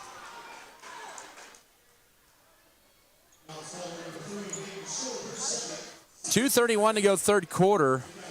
29-26, Goodland leads it. Scott City's basketball. It's been a 15-2 run here. Wide open as Piper Fox and finds Trout cutting the basket. She gets stripped going up. Power dribble goes back up, and then she gets fouled again. And 2 free throws coming up here for the senior Megan Trout, who got her own rebound. She has 6 points and 4 boards tonight. Team foul number 3 on Goodland this quarter, and that's going to be the 3rd on Hayden Short. No, correction, on Libby Kier, excuse me. That is her 3rd. With 2:23 to go, 3rd quarter. Megan Trout with 2 free throws coming up. She is 2 of 3 at the line tonight and has 6. And that one rattles out. And the shooting woes continue here for Scott City in this second half. No field goals. Is in is going to be Allie Kier to replace Hayden Short. Second charity toss. And Trout missed them both. And the rebound goes to Libby Kier. Almost a push by Weathers on the rebound. And so Scott City, only 2 points coming from the foul line. Missed all their field goals here in this 3rd quarter. And a scoop shot by Libby Kier, no. Marie Martin tries to knock it off a Lady Beaver, and she does after she grabbed the offensive board. That's part of the process as well. Goodland has forced Scott City into 6 turnovers. 2:07 to go here in the 3rd period. 29-26 Goodland. 15-2 run by Goodland in this 3rd period. And here's a 3 by Allie Kier off the heel. Rebound loose, picked up by Katie Weathers for Scott City. Now to Peyton Gentry with 1:55 to go 3rd. Finds Megan Trout. She'll drive right lane line. Goes up. Gets a shot blocked. Rebound into the hands of Marie Martin for Goodland. Man, Scott City cannot buy a basket in this 3rd quarter. As their shooting woes continue, cutting the left block is Linton. Now right side, Martin from 17. In and out, and the rebound goes to Piper Fox for the Lady Beavers, who grabs her 3rd board. 95 seconds to go, 3rd period, 29-26 your score. Peyton Gentry up top. Hits up our dribble, now goes to Katie Weathers. She'll drive down the middle. Her scoop shot up, no, and that'll be on Libby Kier. That is going to be her 4th foul as Katie Weathers took it aggressive, went downhill, and draws the foul on Libby Kier. With 1:26 to go, 3rd quarter, her 4th and the team's 4th of the period. So Weathers at the line with 2 free throws. She is 2 of 4 on the year, has 2 points tonight, and the Southpaw can't get that one to go. And Scott City, who is 3 of 5 at the line, is now 2 of 5 in this 3rd quarter. As Martin and Libby Kier exit, Kaylee Felker returns. She'll replace Piper Fox. Back in was Michael Spresser for Goodland. And I believe that was Hayden Short as well who returned to the lineup for Goodland. 1:26 to go, 3rd quarter, and Scott City cannot buy a shot, but Megan Trout gets the board, and the Lady Beavers with a chance. Here's Weathers, goes up, leaves it short, and the rebound goes to Hayden Short for Goodland. Scott City, no field goals here in this 3rd quarter, and they missed a couple of opportunities there to score. Shooting woes continue, only 2 points from the foul line. It's a 15-2 Goodland run here in this 3rd quarter as they lead it here. Final minute of this 3rd period. 29-26 is your score. Goodland will pull it back out now, right elbow to Spresser. 13 to shoot, finds the right block to Allie Kier, goes in, bank shot, no, got her own rebound as Irvin hit the deck, and then a whistle and a foul and 2 free throws. Goodland has been the aggressor, and Scott City has not been able to punch back here for the most part in this 3rd period. Kaylee Felker's 2nd foul, the team's 4th of the quarter. And 2 free throws for Allie Kier, where she is yet to score tonight and is a 55% free throw shooter. She was pretty much out most of the first half because of 3 first-half fouls, but she has not fouled since then. Goodland has Libby Kier on the bench with 4 fouls, but Allie Kier's free throw is good and makes it 30-26. 52.5 seconds. Kendall Gentry, Avery Lewis, Mackenzie Metzger in. Out is Katie Weathers, Krista Irvin, as well as Peyton Gentry.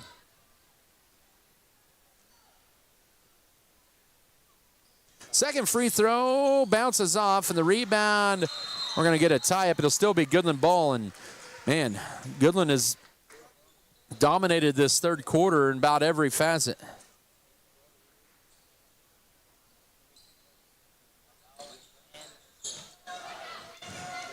Now a screen right corner, and that's going to be Metzger foul, or Lewis fighting through the screen, and Lauren Linton will head to the line to shoot 2 with 45.8 to go, 3rd period.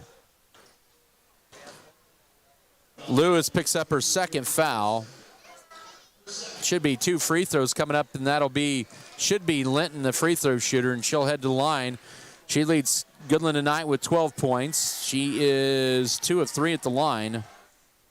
Goodland in this quarter is make that 3 of 5 at the line and 4 of 6. And they extend their lead to 31-26 with 45.8 to go. It's a 17-2 run for the Cowgirls in this third quarter. Scott City led by 10.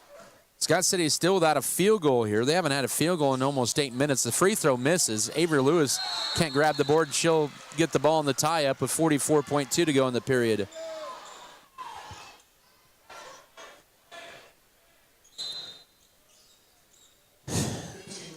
Maureen Martin returns to the Cowgirl lineup. She will replace Hayden Short.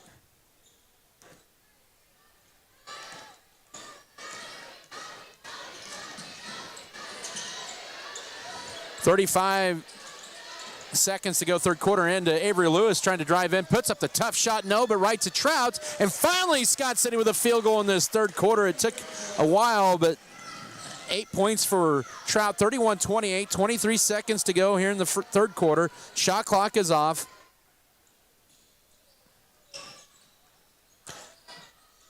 .14 seconds to go here in the stanza. Up top now to Bierman with 8.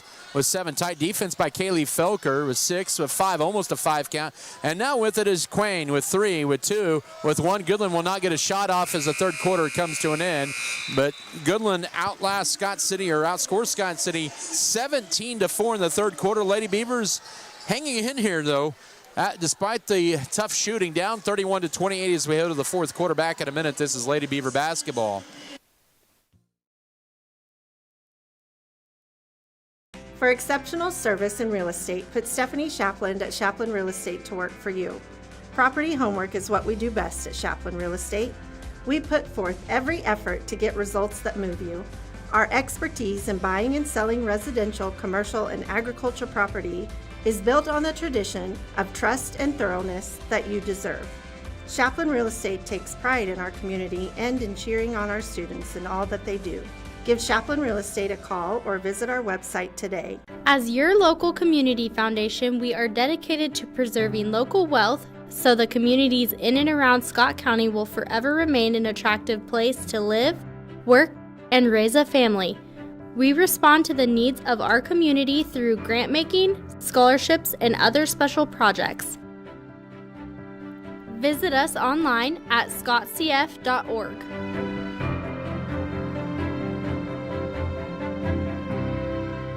17-4 in that third quarter. The Beavers went about 8 minutes between a field goal. It'll be Goodland ball to begin the fourth quarter and a 31-28 lead as we're back here to action to begin this fourth period. Cowgirls with the ball off a screen up top to Maureen Martin. Lauren Linton tonight leads Goodland with 13 points. Scott City led by Megan Trout with 8. Backdoor cut, and the shot is up and in. Hope Bierman with 8 points. She has 7.5, and it's 33-28.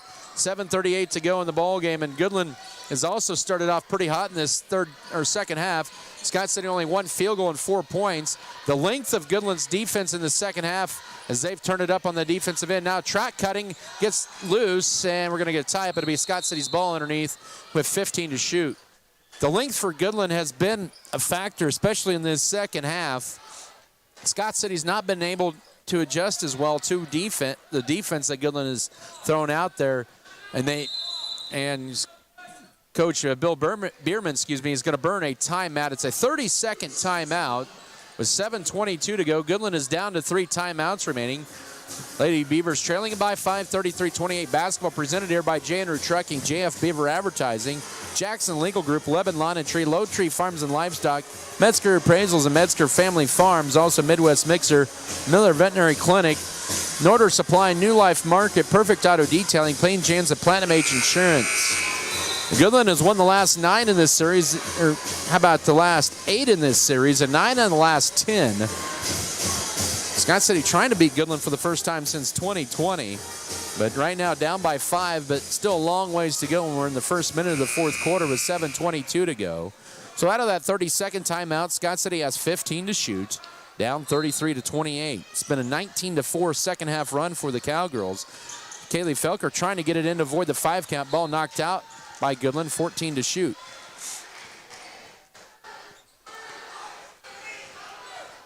Kaylee to inbound it. Looking for a cutter here. Throw it up top to Trout. Catches it. Goes around and loses it. Now we're getting another tie-up, and Scott City's going to have their 16th turnover. So Scott City had 6 early turnovers in the second half that allowed Goodland to get on a roll. As the Cowgirls scored the first 12 points of the third quarter, they went on a 12-0 run and a 5-0 run, and they lead by 5. First minute of this fourth quarter, Libby Kier out there with 4 fouls in the tough shot. Marie Martin, no. The rebound fought for, ripped away by Kaylee Felker. Good rebound by Scott City that time. Here come the Lady Beavers, down 5, first minute of the fourth quarter. Mackenzie Metzger with the dribble, goes up top between the circles to Kaylee Felker. Felker with it as she is guarded by Linton. Hands it off. Here is Kendall Gentry. She's going to take it all the way to the rack. Her layup is blocked, but she's fouled as she hits the standard, and Marie Martin picks up her first. Team foul number 1 of the fourth quarter with 6:47 to go. And I think probably what might have been said by Coach Justin Froh is Scott City needs to go a bit downhill and a little bit more to the rack here. Kendall Gentry to line for 2 free throws. She has 2 points tonight. Scott City tonight has struggled. 5 of 11. They've missed their last 4 until that free throw, 33-29, 6:47 to go. Goodland is 8 of 17 at the line. Second free throw coming up here for the senior. And it's good as well, just as pure as the first. She is 61% coming into tonight. And the Lady Beavers pulled to within 33-30, 6:45 to go. Gentry almost gets the steal, and she does. She'll pump fake, go up, miss the shot. A lot of contact. Metzger with the board. She'll go up, can't get it to go either.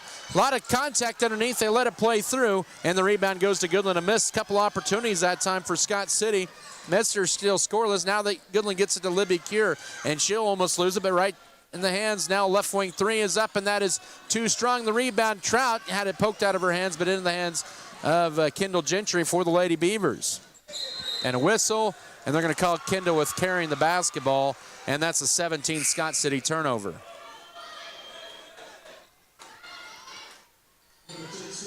Spresser in to replace Kier. Also, Hayden Short's going to re-enter to replace Allie Kier with 6:14 to go in this ball game. Scott City has had some opportunities here to inch a little closer. Just 1 field goal in almost 10 minutes of play here in the second half. They shot a season-low 23% on, or 24% on Saturday at Garden City, and the second half is almost reminiscent of that. Here's Hope Bierman going to go in, splits the defenders and scores it. Bierman with 10. She has all 4 of their points in the fourth quarter, 35-30, 6 minutes to go. Gentry now needs help, finds Avery Lewis. She'll drive in, tried to get it to somehow stripped with it as Piper Fox. Irvin up top to Gentry, steps back, 18 to shoot, 5:50 to go in the game. 35-30 Goodland. Scott City's not been able to counter with more than 2 points here in this fourth quarter as the ball is poked away. Not allow Goodland to bring in a couple of subs, Jacelyn Gable and Allie Kier to return. Scott City will have 10 to shoot. Goodland's defense has forced Scott City late into the shot clock in this second half. Scott City did have 1 shot clock violation after the ball was airballed. Now here's Piper Fox trying to get into Trout, throws it away, and we get a pushing foul underneath on Scott City for their 19th turnover of the night. That'll be on Megan Trout, her second. 5:42 to go fourth quarter. Both teams with 1 foul in the fourth quarter, but Goodland with a 5-point lead as Peyton Gentry enters in for Chris Irvin. Goodland inbounded in. They get it into Lauren Linton. Now goes to Allie Kier. Kier will take it across the 10-second line. Almost walked with it. Now to Gable. Gable goes left, guarded by Peyton Gentry out high. Scott City needs to turn it up on the defensive end. They trail by 5, 5.5 to go. With it here is Spresser. Uses upper dribble, needs help. Back up top, it'll go to Hayden Short, and then back to Allie Kier. 35-30, 5:20 to go. With it here, almost a tie-up by Trout up top. Now here's Linton driving in. Her runner is banked off and a foul. Late whistle and a foul. That's on Piper Fox, her third, with 5:13 remaining. That'll be the third foul, as I mentioned, on Fox. Linton back to line. She has the team-high 13. Her and Hope Bierman are in double figures. Bierman with 10, Linton with 13. First to 2 charity shots is good, and Goodland now has the largest lead at 36-30 with 5:13 to go. Only 6 second-half points for Scott City and 1 field goal, as they can not only buy a basket, but they've turned the ball over a lot here in this second half, and Goodland looking to extend their lead here, and they do. 37-30, Libby Cure in for Linton, who has 15 points on the night. Goodland now 9 of 19 make that 10 of 19 from the line, and they have make that a 7-point lead with 5:10 to go. Bounce pass, here's Peyton Gentry. She's going to take this one all the way. Her layup hits the side of the backboard and draws the foul.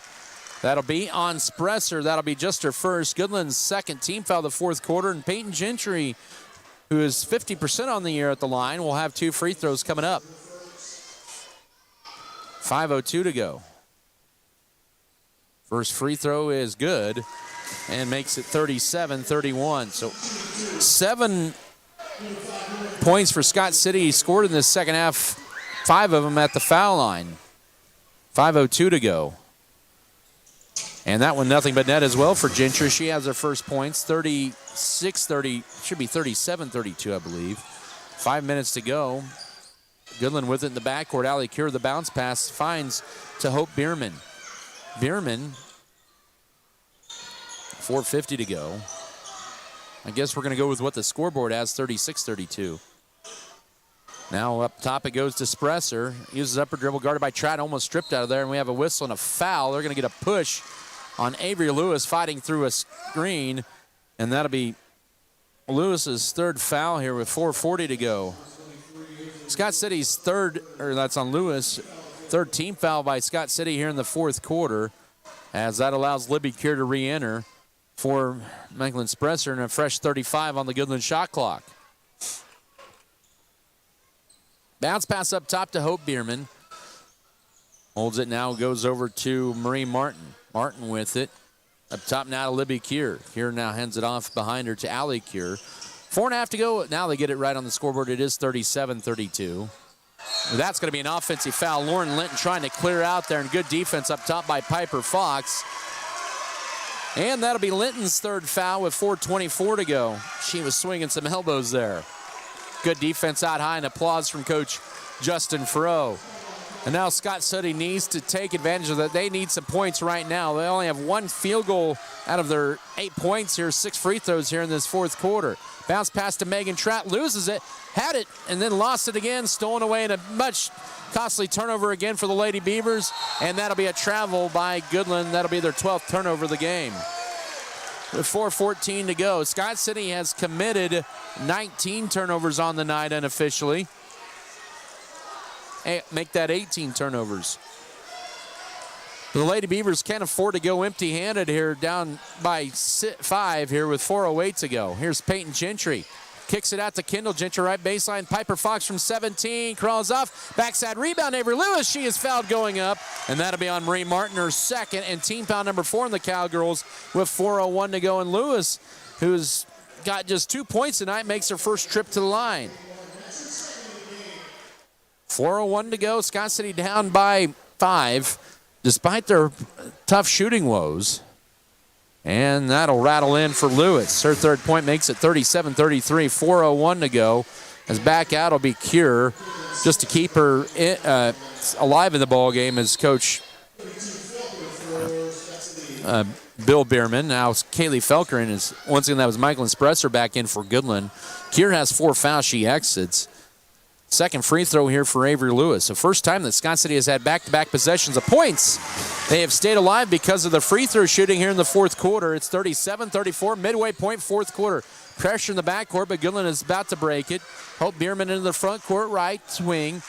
Now up top, here's Allie Cure. Guarded quickly by Gentry. Tight defense, almost stolen away. Now Spresser almost too tight a defense, almost a tie-up. And Spresser with it. Ball deflected but picked up by Lauren Linton. 14 to shoot for the Cowgirls. Allie Cure with it up top. 3:35 to go. 3-point Goodland lead in the basketball. Lauren Linton up top holds it with 6. Up top, here's Hope Bierman. Guarded by Gentry with 3, with 2, with 1. Goodland will not get a shot off, and that's a shot clock violation. Scott City with back-to-back solid defensive possessions, and they have the ball down 3 with 3:25 to go as Libby Cure re-enters the game. Scott City with 10 points in the second half, only 1 field goal, and Goodland wants time. It'll be a full. We'll take it as well. 3:25 to go, fourth quarter. Scott City trailing Goodland 37-34. Back in a minute. This is Scott City basketball.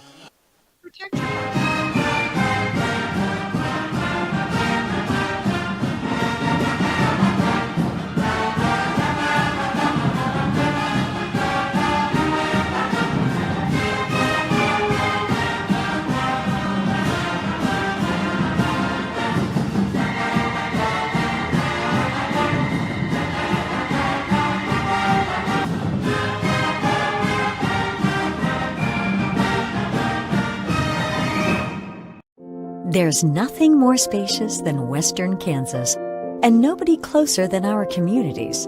We are determined to keep our communities connected to schools, kids to teachers and parents. We believe a connected world is a better place. We're more than what we do for our hometowns. It's what we do with our hometowns. S&T is proud to be your family, your friends, your neighbor. Scott City with the ball down 3. 3:25 to go. Both teams down to 2 timeouts. Goodland has 2 fulls left. Scott City has a full and a 30. Team fouls in this fourth quarter. Goodland has 4. Scott City 3. Possession arrow favors the Lady Beavers. Kendall Gentry now to Avery Lewis. Out of the timeout up top to Kendall Gentry. Kaylee Felker threw her hands on a turnover. Well, not yet. It'll be a jump ball, and it'll be Scott City's ball. So they survive here with 23 to shoot as they will inbound it underneath their own basket with 3:12 remaining, down 3. 37-34 your score as Peyton Gentry to inbound it. The sophomores come in with some good minutes here in this. Into Piper Fox. Bank shot, no! Scott City still with 1 field goal in this second half, and that's going to be a tie-up, and Goodland's ball in the possession arrow. Oh, I think Fox might have gotten a little too excited there, but that happens. And a good effort, though, but here's Goodland inbound it. Scott City's going to apply full court pressure. All 5 Cowgirls are in the backcourt right now as we're down to the 3:05 mark of this fourth quarter. Scott City doesn't need to foul yet, but Goodland needs to get it across here. Marie Martin now, that's going to be almost a 10-second call. And they just got it over 10 seconds to spare. It was 25 when the pass was across half court. And now with it is Lauren Linton with 2:45 to go, a 3-point Scott City deficit. Goodland with the ball with Allie Cure. She'll pull it out high, 10 to shoot for the Cowgirls, who lead at 37-34. They try to get the backdoor cut. Good, well, nicely defended. Libby Cure with it. Tough shot backside. Here's 1 second shot up. No, and a foul and 2 free throws as Linton draws the contact and Scott City bails the Cowgirls out. And that foul will be charged to Kaylee Felker, her third. Linton, who sank 2 free throws earlier in this period, heads to the line for 2 with 2:33 to go. Lady Beavers defended for about 33 of the 35 seconds pretty well, but draw the foul on Felker, her third. Free throw short, so it actually works out here with 2:33 to go in the next thing. Scott City with 14 fouls, but if there's a miss here, the Lady Beavers need to rebound. They only have 1 field goal here in this second half, and it's 38-34 and Linton with 14. Goodland will pick up Scott City in the half court and go to the 1-3-1. Kendall Gentry bounce pass right to Peyton Gentry. Back up top it goes to Kendall. And to Kaylee Felker at the foul line. Bounce pass low, but retrieved by Avery Lewis. Skips it and Peyton Gentry almost got undercut. Gets underneath the Fox. Shot up. Yes for 2. Fox with 8. 38-36. Justin Froh wants time with 2:15 to go. And Scott City back to within 2 on just their second field goal of the second half. And it'll be a 30-second timeout taken by Coach Froh. The Beavers will be down to 1 timeout left, and that'll be a full. Goodland has 2 timeouts left, both fulls, as Piper Fox scores Scott City's second field goal of the second half. She has 8 for the ball game. Lady Beavers 6 of 6 at the line in this fourth quarter. They're 11 of 17 for the ball game. And they now trail it by 2, 38-36. Scott City and Goodland only 1 3-pointer made in this ball game. It has been pretty much just a defensive effort for both sides here.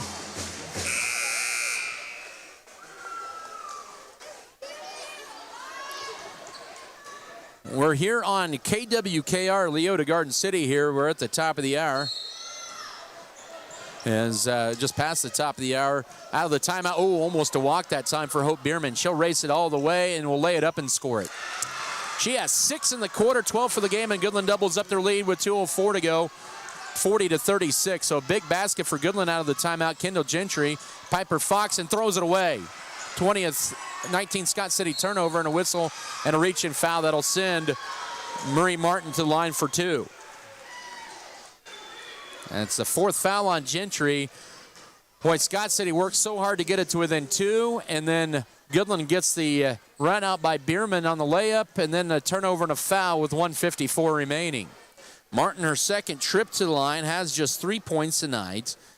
She is 1 of 2 at the line. Goodland is 3 of 4 in this fourth quarter, make it 4 of 5 as they extend their lead to 41-36, 1:54 to go. So Gentry has only 1 foul to give. With 1:54 to go, she just picked up her 4th foul. To mention, that was a 15th foul in Scott City, and the Goodland lead is now at 6. She sinks them both, 42-36. Goodland now back up by 6 after Scott City had it to within 2 just a little bit ago, about 30 seconds ago. Gentry up top, now to Megan Trotter, loses it, trying to make a move, and Scott City with back-to-back turnovers, and a tie-up actually will keep it on Scott City's end, so not a turnover yet with 1:42 to go. The thing with when you're down here late in the ball game, you don't want to get rushed, and Scott City probably thinking a little too fast, and they need to be poised and take your time and get a good look here. 24 to shoot as Peyton Gentry inbounded in. Metzger checks in out of that last timeout. And to avoid the 5 count, they get it into Fox. Catches it, power dribble. Goes up and can't get it, but she draws a foul. She'll have 2 free throws coming up here with 1:40 to go. And Scott City will have a chance to score that. Any time running off the clock. That's on, they're going to get that on Allie Cure. That'll be her 4th. So her and Libby Cure each with 4 with 1:40 to go. And Fox hits the free throw. She has 9, 42-37. She now has a team high at points, 1:40 to go. But turnovers and lack of field goals in the second half are going to hurt Scott City. The second free throw misses, a tie-up, and that's going to be Goodland ball on the possession arrow with 1:38 left. Your Scott City just need to get a defensive stop here. You're down 5, but also time running out here. That could be an issue here. And Goodland almost throws it away. Can you get a defensive stop? The answer is yeah. Oh, no, but still, that almost was an undercut, and Goodland will burn one of their final 2 timeouts. It almost looked like an undercut there that wasn't called there. They let it play through. It's a full. Goodland will burn one of their final 2 timeouts. Let's take a 30-second break. 1:30 to go. 42-37. Goodland up by 5. We'll come back in 30 seconds. We'll keep it right here. I beg your pardon. They did have a 30-second timeout to go, so we'll keep it right here with 1:30 to go in the game. 42-37. Goodland leads it, so Cowgirls survive there. They get the timeout and save the possession. The possession arrow does favor the Lady Beavers if there is a tie-up.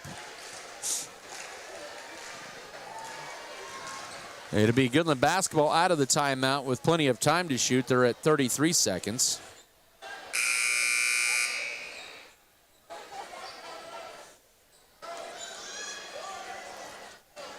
And out of the timeout, Goodland ball, 90 seconds to go. So both teams are down to 1 timeout, but timeouts. 1 timeout apiece, I should say, for each team. Both teams in 5 fouls. Possession arrow favors Scott City. Minute 18 to go. With it out high is Lauren Linton. Scott City doesn't need a foul yet. Linton does hand it off, and now it's to Marie Martin, who just sank a couple free throws moments ago. Goodland has been better at the foul line in the fourth quarter, 5 of 6, or 13 of 23 for the ball game. 6 to shoot. About final minute to go. Ball almost stripped out of there, and it's going to be stolen away. Lead pass down the floor. Here's Avery Lewis. Lewis will take it all the way, and she will lay it up. Leave it short, but she is fouled by Lauren Linton, her 4th foul with 53.8 to go, and Scott City can score without any time running off the clock here. Lady Beavers are 7 of 8 at the line in the fourth quarter here. So Allie Cure, Lauren Linton, and Libby Cure each with 4 fouls for Goodland. Scott City has Kendall Gentry with 4 fouls, and Lewis hits the free throw. She has 3 points there all at the line in the fourth quarter, 42-38, 53.8 to go. Now, if you're Scott City, you want to kind of amp up the defense. You don't necessarily need to foul right away. And 42-39, I was assuming she was going to make the free throw. And pass is almost on the way, and it is with 49.8. You don't need a three yet. And Goodland turns the ball over for the 13th time. Scott City with a chance. Down one score here with 49.8 to go. 42-39, Goodland leads it. Scott City with the last 3 points of the ball game. Metzger to inbound it in up high to Peyton Gentry. Puts it on the floor, 45 seconds lob to Piper Fox. She'll drive and gets it stripped and stolen away, but then a tie-up by Peyton Gentry saves the possession with 29 to shoot. 43.2 to go in the game. Beavers down by 3, 42-39.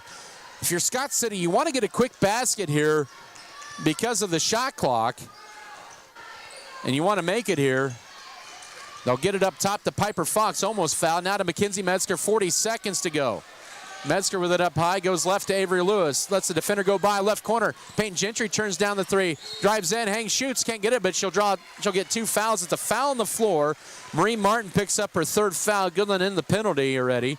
But opportunity here for the sophomore to get 2 free throws that inch Scott City closer with the shot clock now off with 33 seconds to go. First to 2, too strong. Still going to be a one-score game, 42-39. Now if Scott City in the backcourt, you don't need to foul right away. I think Justin Froh is going to take a timeout if Scott City hits this free throw. And she does not. The rebound, Goodland has it. You don't need to foul right away. You need to, now you'll have to, if they take it across here with 25 seconds. Peyton Gentry tried to foul and almost lost. Scott City needs to foul. Now you foul, there it is.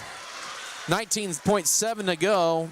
Peyton Gentry fouls for the 2nd time in the ball game. And 2 free throws coming up here for Hope Bierman, who has 1 of 2 at the line tonight and has had come up big for the Cowgirls in the 4th quarter with 12 points. First to 2, rimming in and out. Still going to be a one-score game. Could be a 2-possession game here if she misses this free throw, but Scott City has to come down quickly and score. Second free throw short as well. Rebound Fox. Scott City needs a little urgency to bring it across. 15 seconds to go. They get it to Metzger and a timeout. With 14.6 to go, still at 42-39. Let's come back in 30 seconds. This is Scott City Beaver basketball. For exceptional service in real estate, put Stephanie Shapland at Shapland Real Estate to work for you. Property homework is what we do best at Shapland Real Estate. We put forth every effort to get results that move you. Our expertise in buying and selling residential, commercial, and agriculture property is built on the tradition of trust and thoroughness that you deserve. Shapland Real Estate takes pride in our community and in cheering on our students in all that they do. Give Shapland Real Estate a call or visit our website today. As your local community foundation, we are dedicated to preserving local wealth so the communities in and around Scott County will forever remain an attractive place to live, work, and raise a family. We respond to the needs of our community through grant making, scholarships, and other special projects. Visit us online at scottcf.org.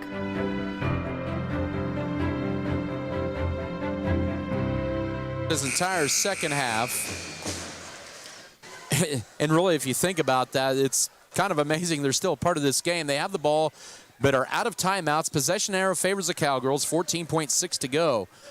So they've stayed alive here after led 24-14 and a half. Goodland scored the first 12 points of the second half. Now Trout, his right side, Metzger with 12 seconds. She loses it, and that'll be a tie-up, but it'll be Goodland basketball. I think Megan was just thinking about getting a little ahead of herself there, and I think just kind of the late game situation, Scott City hasn't handled it as well tonight as maybe they did against Altus on Thursday night. Now they need to foul. 8 seconds go, but valuable time running off the clock, and Metzger fouls Martin here with 7.2 to go. She just sank 2 free throws moments ago. Metzger with just her 2nd foul, but 42-39. Turnovers have been costly here down the stretch for the Lady Beavers. And Goodland 7.2 away from their 9th straight win over Scott City. But that free throw short, still leaving the door open here. But any free throw here out of these 2 for Martin Ball, but probably ice this one. Scott City out of timeouts. and that'll make it 43-39 as she hits 1 out of 2. 7.2 to go inbound to Peyton Gentry. Just launch one up here. Here's Trout with it with 3. Puts up a tough shot, banks it in, but that's going to be too little too late. 43-41, Goodland will escape out of here with a 2-point victory, rallying from a 10-point halftime deficit as Trout into double figures with 10, but it's 2 points short for the Lady Beavers as Goodland wins it here, 43-41. The Lady Beavers are now 0-1 in league, 2-3 on the year. Goodland 3-1 in league and 2-0. Or 4-1 overall, 2-0 in conference play. Post-game coverage will begin in 3 minutes. This is Scott City Beaver basketball. For exceptional service in real estate, put Stephanie. As your local community foundation, we are dedicated to preserving local wealth so the communities in and around Scott County will forever remain an attractive place to live, work, and raise a family. We respond to the needs of our community through grant making, scholarships, and other special projects. Visit us online at scottcf.org.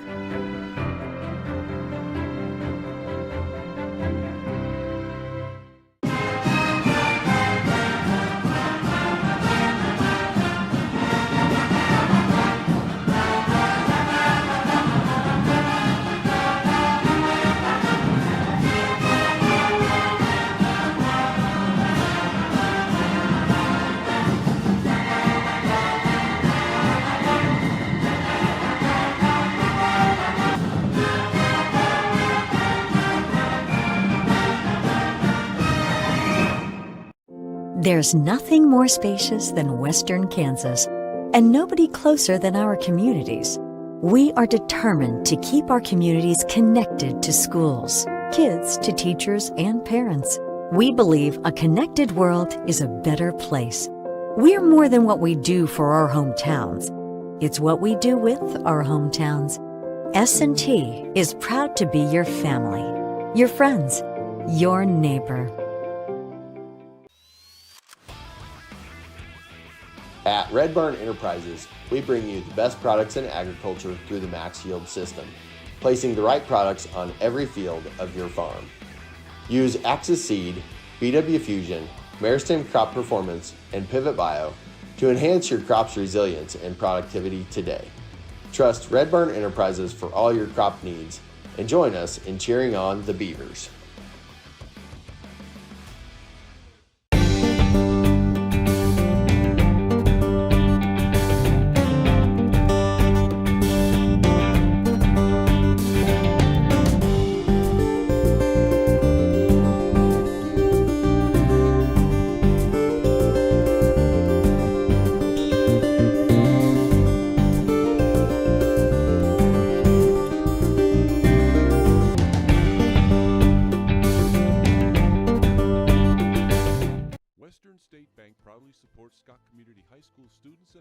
As they prepare for another great year of achievements. Just as our students prepare for another successful year, we encourage you to be prepared for whatever life may bring you. Stop in and talk with a knowledgeable staff at Western State Bank, whether it be a new home loan, financing for your business, or any one of our checking and savings account options. We're here to help you. Make sure to check out all of our internet banking options provided at wsbks.com. Western State Bank, member FDIC. And as always, go Beavers! Post-game coverage once again presented here by Precision Ag and Seed. Adam Canavy with you here from Scott Community Event Center. Lady Beavers lose a tough one here tonight. Poor field goal shooting in the second half would hurt them in the end, and costly turnovers as Goodland rallies from a 10-point halftime deficit to win 43-41 here. But the Lady Beavers fall to 0-1 in the conference, 2-3 overall. It wasn't not a good effort tonight. They played hard, just could not. Really, Goodland came out on the fighting and swinging in that second half, and Scott City wasn't able to kind of respond to that early punch by the Cowgirls to begin the third quarter, and Scott City was pretty much playing from behind the whole second half. Goodland led by as many as 6 in that second half. Scott City would battle to within 2 on a couple of occasions, including the end, but they fell 2 points short here tonight by the count of 43-41.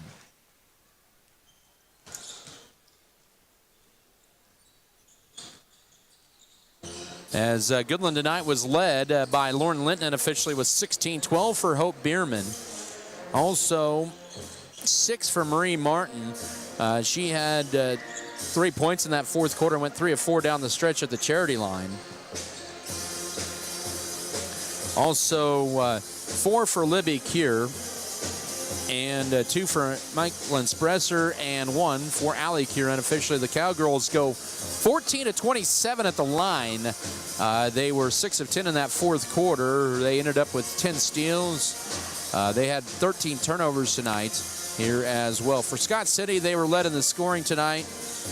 10 for Megan Trout, 9 for Piper Fox, 6 for Avery Lewis. She went 4 of 4 at the line. 5 for Chris Irvin all in that first half.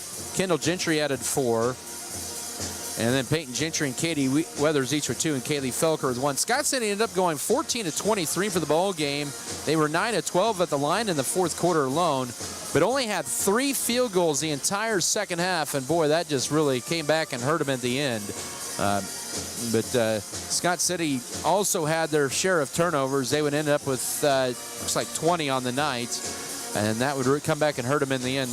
Lady Beavers fall here tonight, 43 to 41. As I mentioned, just 3 baskets the entire second half. The rest of their points came from the foul line. They led it 24-14 at the break. And then they scored 11 points in the second half at the line and 6 from the field. So that's kind of a tough recipe there to come back or to win the ball game. But Goodland kind of rallies like they did the second straight year here against Scott City. Let's take a 2-minute break, and when we come back in 2 minutes, we're going to begin our boys pregame. We'll try to get Justin Froh in there along the way as well. We'll come back with head coach Brian Gentry in our boys pregame. We'll come back in 2 minutes here. This is Scott City Beaver basketball. At Axis Seed Red Barn, we're committed to dialing in the data for your farming success. Our corn hybrids offer exceptional drought tolerance and impressive ear flex, ensuring a profitable harvest. Proudly local, yet backed by a national brand, we deliver top-tier seeds with a personal touch. And as always, we're here to support our community, cheering on the Beavers. Axis Seed, where data meets dedication. They said this place was too isolated to call home. They said it was too remote to build a community. And then one day, a farmer strung a copper wire from one fence post to another and changed everything. We didn't build the communities of Southwest Kansas. No, we just brought them together. We believe investing in our community is how we make a lasting impact. It's about more than just providing wireless services. We believe in rolling up our sleeves and working side by side with local organizations. Whether you're sharing cherished moments, staying updated on trends, or exploring your surroundings, we're there to keep you connected. Next Tech Wireless. We are Kansas.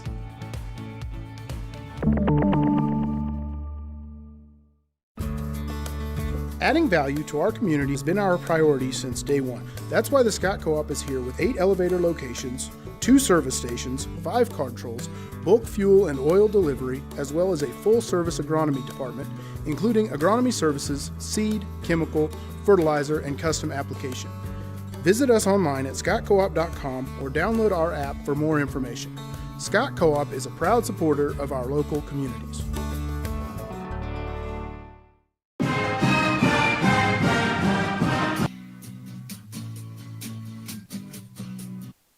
Welcome back to the Scott Community Event Center. Adam Kadavy with you on KWKR The Rock. As we continue with our pregame coverage, pregame interview is brought to you by Farm Bureau Financial Services with Hugh and Benz in Scott City and Leota. I'm joined here with Coach Brian Gentry here in the pregame. And Coach, thanks for joining me here this evening. A big win for you guys to rally in overtime on Saturday against Garden City on the road, and 64-62 win. And I tell you, it was tough looking in the third quarter and even early fourth quarter down 9, but you guys gutted it out, found a way to get to overtime, and found a way to win in the end. Yeah, those are things that, only a few teams, tough teams, are able to pull off. You get down 9, 10, and then you come back and cut it to 2 or 4, and then they stretch it back to 9. That's a tough hurdle to get over. And great teams, find ways to win even when they're not playing their best. And I thought our guys did a great job of doing that. Well, it was a big night for Jackson underneath 31 points and 14 rebounds, and he had the game-winning shot there, and that was all because of what Eloy was able to do to get to the basket and leave him wide open on the other side. Yeah, they played that ball screen pretty much the same way the whole time, and their post guys stepped out to hedge it, and Avery set a great screen on him that allowed, Eloy did a great job on the hesitation dribble to kind of get that post player back out of his way and got downhill, and Avery's screen, got Jackson loose. Their backside help did a good job of coming down to try to help on Jackson. We talk about shooting kick-out threes, but that's one of them. I'm glad he didn't kick out. To get a win like that and to get to unbeaten at 4-0 on the season and go 3-0 for a second straight year in that Round Ball Classic says kind of where this program is at right now. Yeah, I think our seniors have been a big part of kind of the uplifting of our program.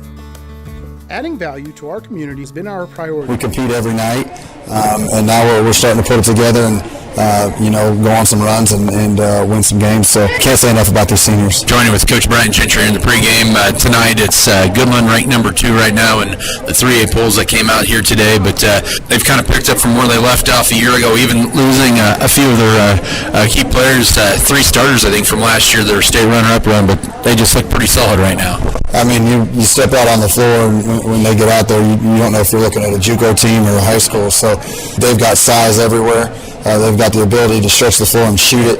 The Brumbaugh kids, over the last 3 years, has probably taken bigger strides than any high school player that I've seen so far. He's just an amazing player.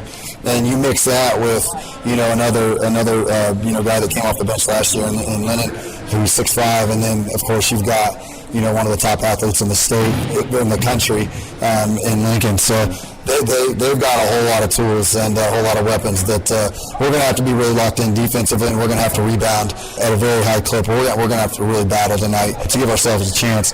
With that being said, with that size, we've got to spread them out.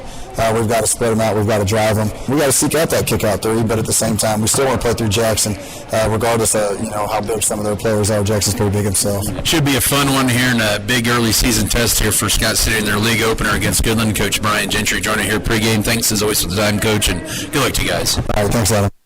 And once again, we heard from Coach Brian Gentry. That pregame interview brought to you by Farm Bureau Financial Services with Hugh and Berta Benz. We bounce back to our postgame show here with the Lady Beavers losing a tough one here tonight, 43-41, as we bring in Coach Justin Froh. And Coach, just another tough loss here for you guys here. And first half was good, and then the second half, it felt like it was kind of hard for your team to kind of match the intensity that the Goodland Cowgirls had to come out of the locker room. Yeah, just sped ourselves up, turned the ball over, and got in our own head, Something we've been preaching, to be able to put together a full game. But, take the good from this one and move on. That's for sure. You had to like kind of how things got started in that first half. You never trailed in that first half, kind of gradually built that lead and built it up to 10. But I thought your ball movement and kind of able to kind of dissect what Goodland did in that first half. I thought you guys did a good job of that. Yeah, I thought we did a real good job in the first half. We played with confidence. We moved the ball real well. We were, finding the open person and, getting to the line and taking easy shots down low. And then nothing really changed in the second half. From them, we just shot ourselves in the foot and got in our own head. And it was just kind of like a snowball effect from there. For sure. But second half, I mean, it felt like the length kind of got into your team's head there a little bit there from Goodland. Yeah, I think so. I think, Goodland does a good job always of bringing the pressure and scheming up everything really well, so give credit to them. They're a tough team to beat just based off the size they put out there, and they do everything very well and fundamentally sound. So it's always going to be a battle whenever you see them, and that, but we gotta be able to control the game ourselves. We cannot let the other team dictate what we do. And I thought we did that in the first half. In the second half, we started letting them dictate what we were going to do, and we started turning the ball over, and then we got flustered, and then it just was all downhill from there. So we just can't have those mental lapses in the second half and lead to those big droughts. And, 3 field goals isn't going to win you a whole lot of games in the second half. No, aside of that, I think you had to like what you saw at times from your team. They're being able to get to the foul line in the second half where you didn't as much in that first half. Yeah, I thought we did a good job of, battling down low. I thought there was a lot that, could have gone our way that didn't, but that's fine. That's the part of the game, but you got to be able to adjust to that and move on, and I thought we played real well. They were letting us get away with some, handsy stuff on the other end too, so we were up in their face and causing some problems for them on their offensive end. I never thought they really got into anything very effectively all night, because our pressure was real good. Our defense was pretty solid. It was just those little mental lapses where we'd give them layups or whatever off turnovers and backdoor cuts because we're staring at the ball. It was simple stuff for them. We made the game easy for them, whenever we weren't up pressuring the ball or we got lost. So really it comes down to just us being able to play our game under control and not speed ourselves up, not get in our own heads, not let the other team dictate what we're going to do. And if we can do that, I think we have a good chance of winning this game, and we've had a good chance of winning every single game this year. It's really just those mental lapses that we have that just set us back so far, and we can't seem to dig ourselves out of the hole. All right, well, you get 2 more practices to get ready for Holcomb on Friday nights, and it's going to be another challenge there on the road. Yeah, definitely going to be another tough game on the road to finish out the stretch here before break, but we're going to have to get back into the gym and get focused and ready to go so that way we can put together hopefully a full game. Once again, Coach Justin Froh, as we wrap up our girls portion of our broadcast. Thanks as always, Coach, and we'll talk to you coming up here tomorrow. All right, thanks, Adam. All right, once again, Coach Justin Froh joining us here post-game. We'll come back with our pregame show presented by Scott Cope with our boys coming up. We'll come back in 1 minute. This is Scott City Beaver basketball. Thank you.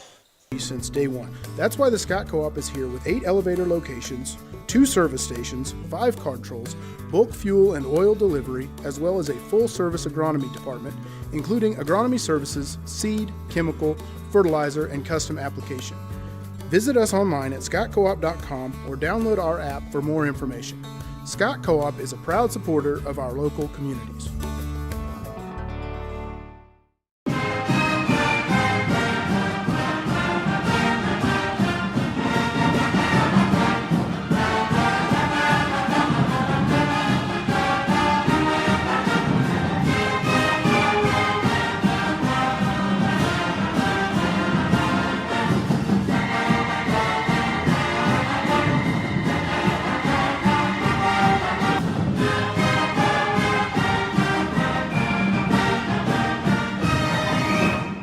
City, where they service what they sell.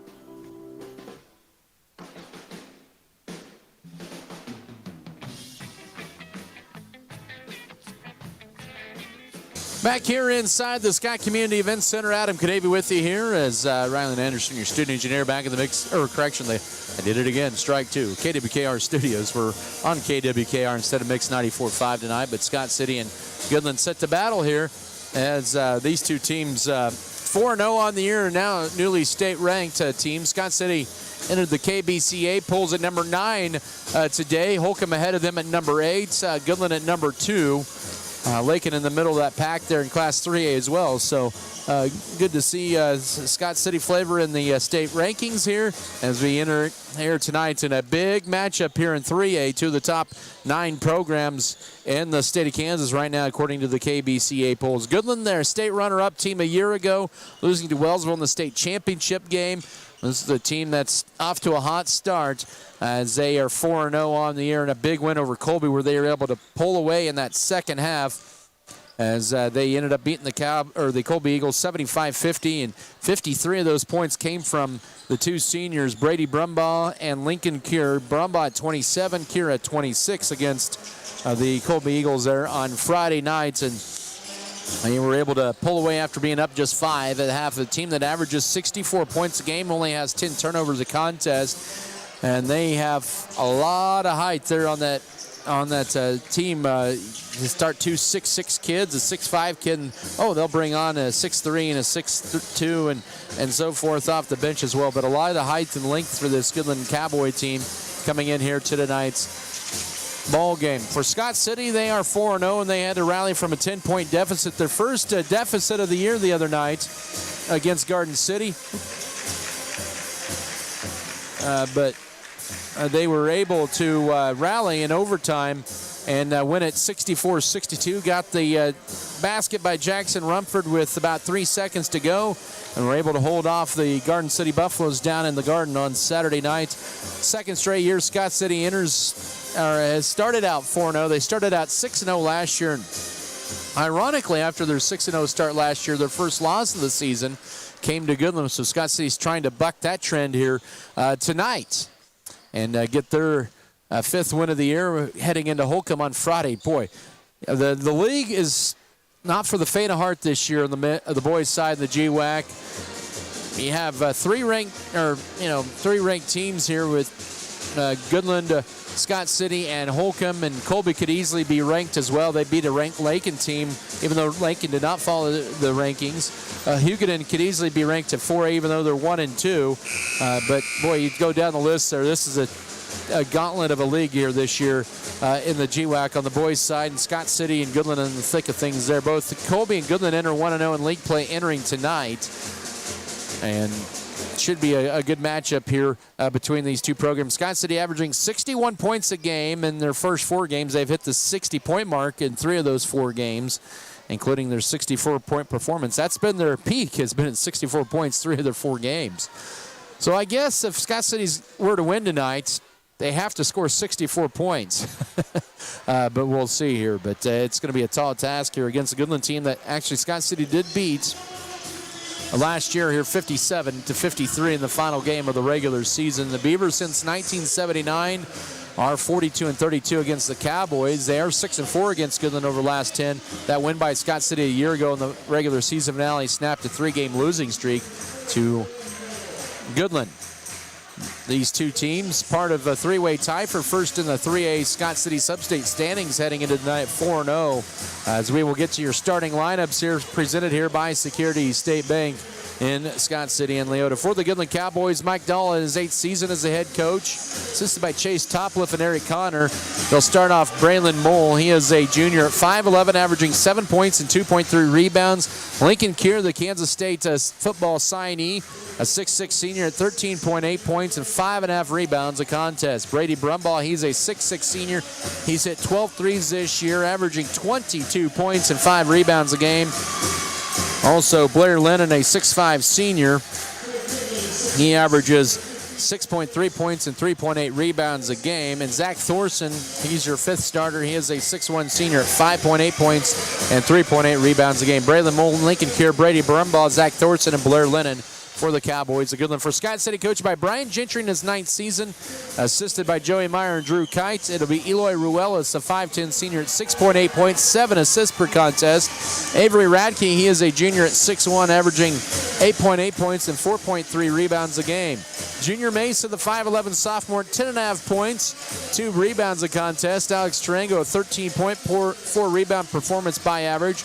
He is a 5'10 senior. Jackson Rupford, who has 2 double-doubles this year. He is a 6'6 senior, 20 points and 11 rebounds per game, coming off a 31-point, 14-rebound performance on Saturday night against Garden City. Once again, Eloy Ruelas, Avery Radke, Junior Mesa, Alex Tarango, and Jackson Rumford, your starting 5 for Scott City. This is a team that Scott City doesn't substitute a lot here, so that'll be big to see if they can maintain it for 32 minutes and stand up foul trouble. Keys of the game presented by State Farm agent Michael Trout, where you go with the proven winner.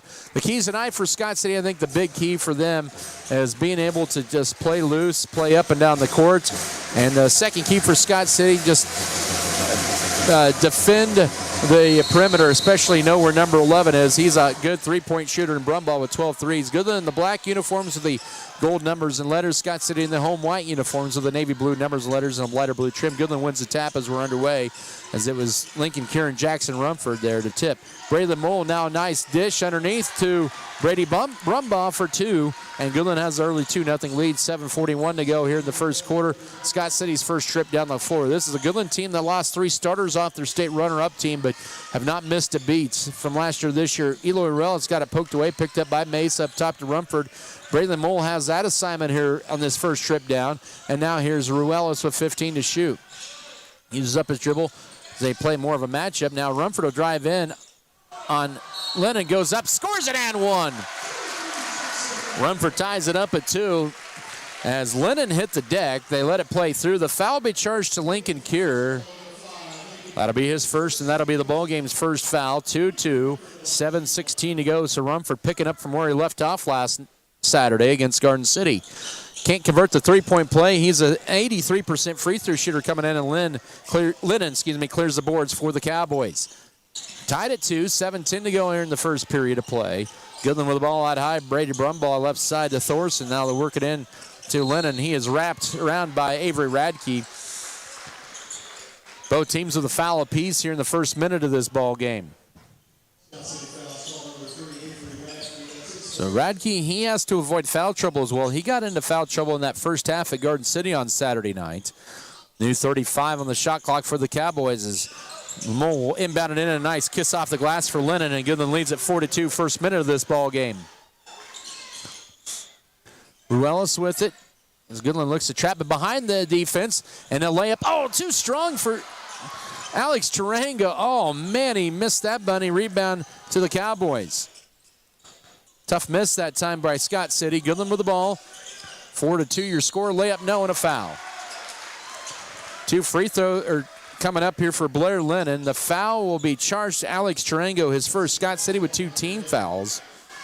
There's 6:40 to go here in the opening period, as 4 of the 5 Cowboys will come over to talk to Coach Mike Dull after Lennon attempts his first free throw. He's 50% on the year at the line as a team. The Cowboys of Goodland are 61%, and Lennon has the last 3 for Goodland. They lead at 5-2 with 6:40 to go here in the opening period.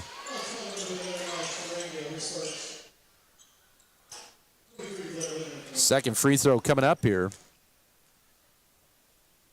for the senior Lennon. Short, rebound right in the hands. A line drive right into Jackson Rumford.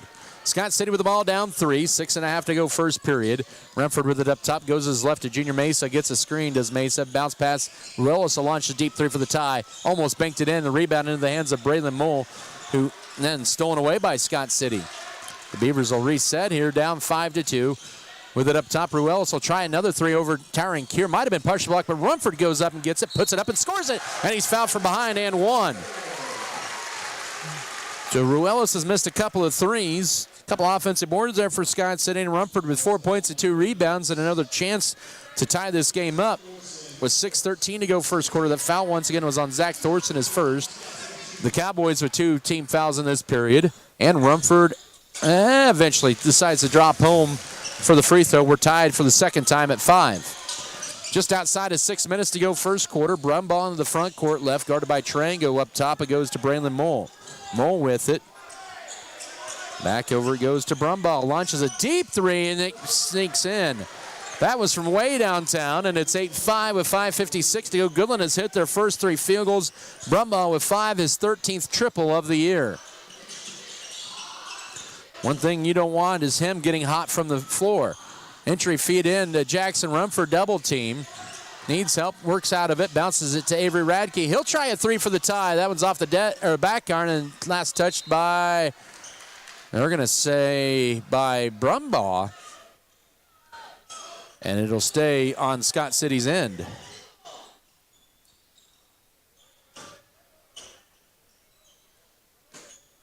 Inbound in, Ruelas up top to Alex Tarango, into Rumford, catches it. Now turnaround fadeaway, crawls off, and the rebound to Goodland, or what is it? Nope, tie up. It's going to be Scott City's ball in the possession arrow.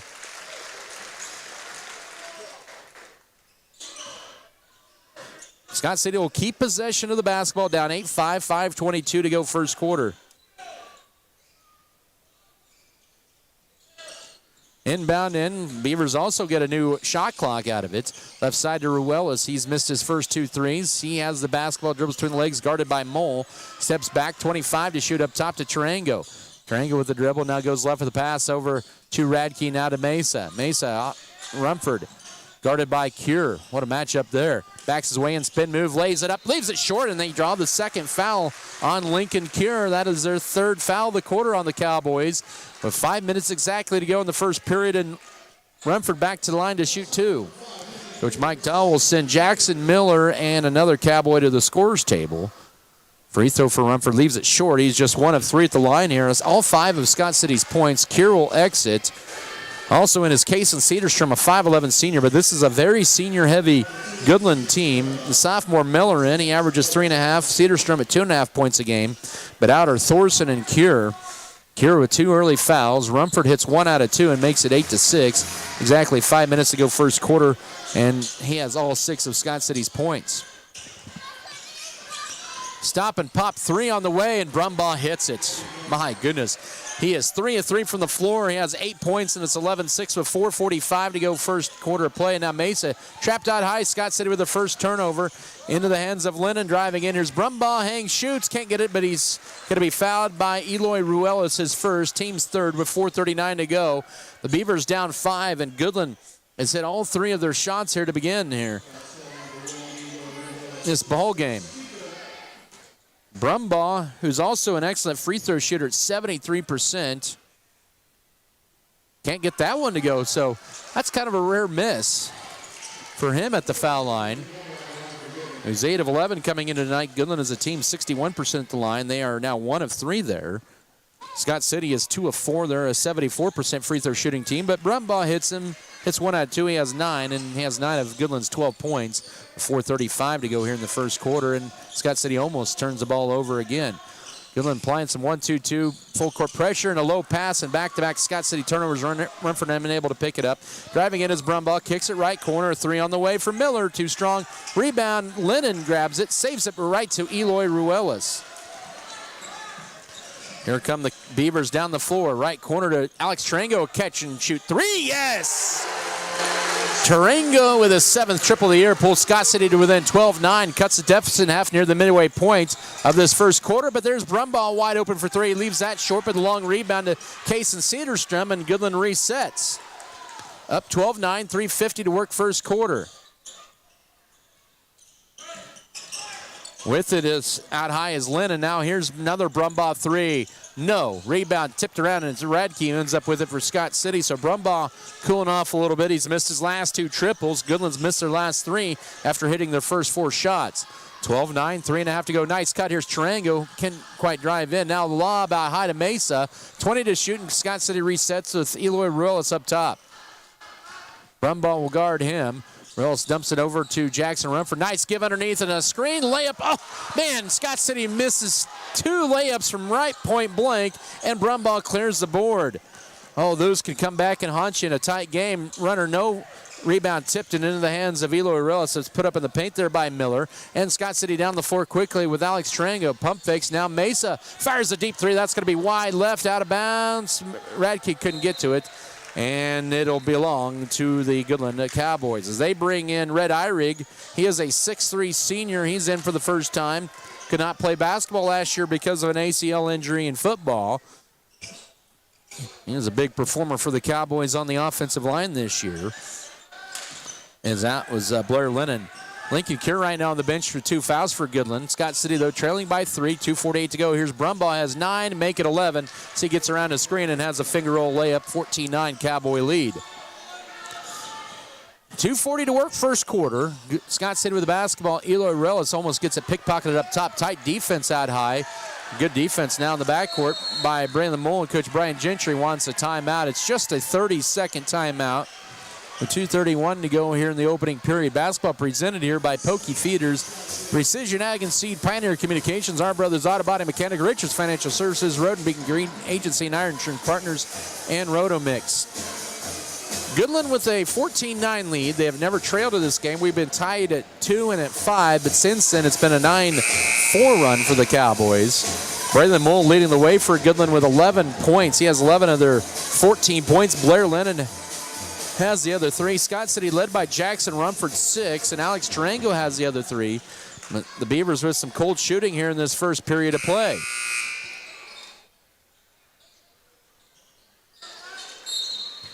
.231 to go first quarter, 14-9 Goodland lead, and the Scott City basketball out of Scott City's 30-second timeout. They have 15 to shoot. Radke with it, uses up a dribble, goes left out high to Junior Mesa. Up top to Alex Tarango, pump fakes on the 3, guarded by once again, Brumbaugh with 8 to shoot. 7, 6, 5. Here's Ruelas. Almost walked with a 3, 2. Shoot. And Scott City doesn't see the shot clock, and the Beavers have 3 consecutive turnovers. shot clock violation as Goodland sends back in Zach Thorson and also Bert Schlosser in for the first time as they bring in another senior, 6'2 senior. They do start 4 seniors. They also bring 3 seniors off the bench. Final 2 minutes of this period driving in. Here's Thorson, lays it up too strong. Rebound, Jackson Rumford blocking out Red Eyrig for the board. Rumford with already 3 boards here in this first quarter. Scott City with the deficit here have not led here. Handoff, here's Alex Tarango. Nice dish right corner to Radke. Turns down the 3. Rumford had great position, but ball poked away, and a whistle and a push on Rumford. And Scott City with 4 consecutive turnovers in this quarter, and Rumford picks up foul number 1, the team's 4th of the period. 14-9 Goodland here with the lead on the ball, 1:42 to go in the first quarter. They've only missed 5 shots here from the field in this first period. They get in the front court here to Schlosser and then to Case and Cedarstrom. Out high right to Brady Brumball, guarded by Mesa. Now up top, here is Red Eyrig. Throws it over right, and here's a guarded 3 for Cedarstrom, ramming halfway in and out. Rebound tipped, and Rumford has it for Scott City. He already has 4 boards in this first quarter.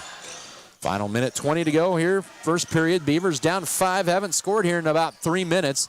Mesa trying to end that, and he splashes home his 3. His 11th 3 of the year. Pulls Scott City back to within a couple. With a minute 8 to go first quarter. Goodland barely gets it in here, and they have it in the front court. Cedarstrom with an answer back triple. He will miss it. Rebound tip. That's last touch by Scott City, and it'll be Goodland Cowboy basketball. That is the right call there. I know some moans and groans from the Scott City crowd. And it will be Braylon Mole, and that will be Brady Brumball. So he'll get maybe the final minute of this first quarter on the bench, plus the minute break in between the first and second periods. 58 seconds first quarter. Goodland 14, Scott City 12, 34 to shoot. They'll lob it in top to Case and Cedarstrom, and then now to Zach Thorson, back to Cedarstrom. 50 seconds to work opening frame. Scott City staying man-to-man. Cedarstrom still with the basketball, 25 to shoot, and now goes to Schlosser.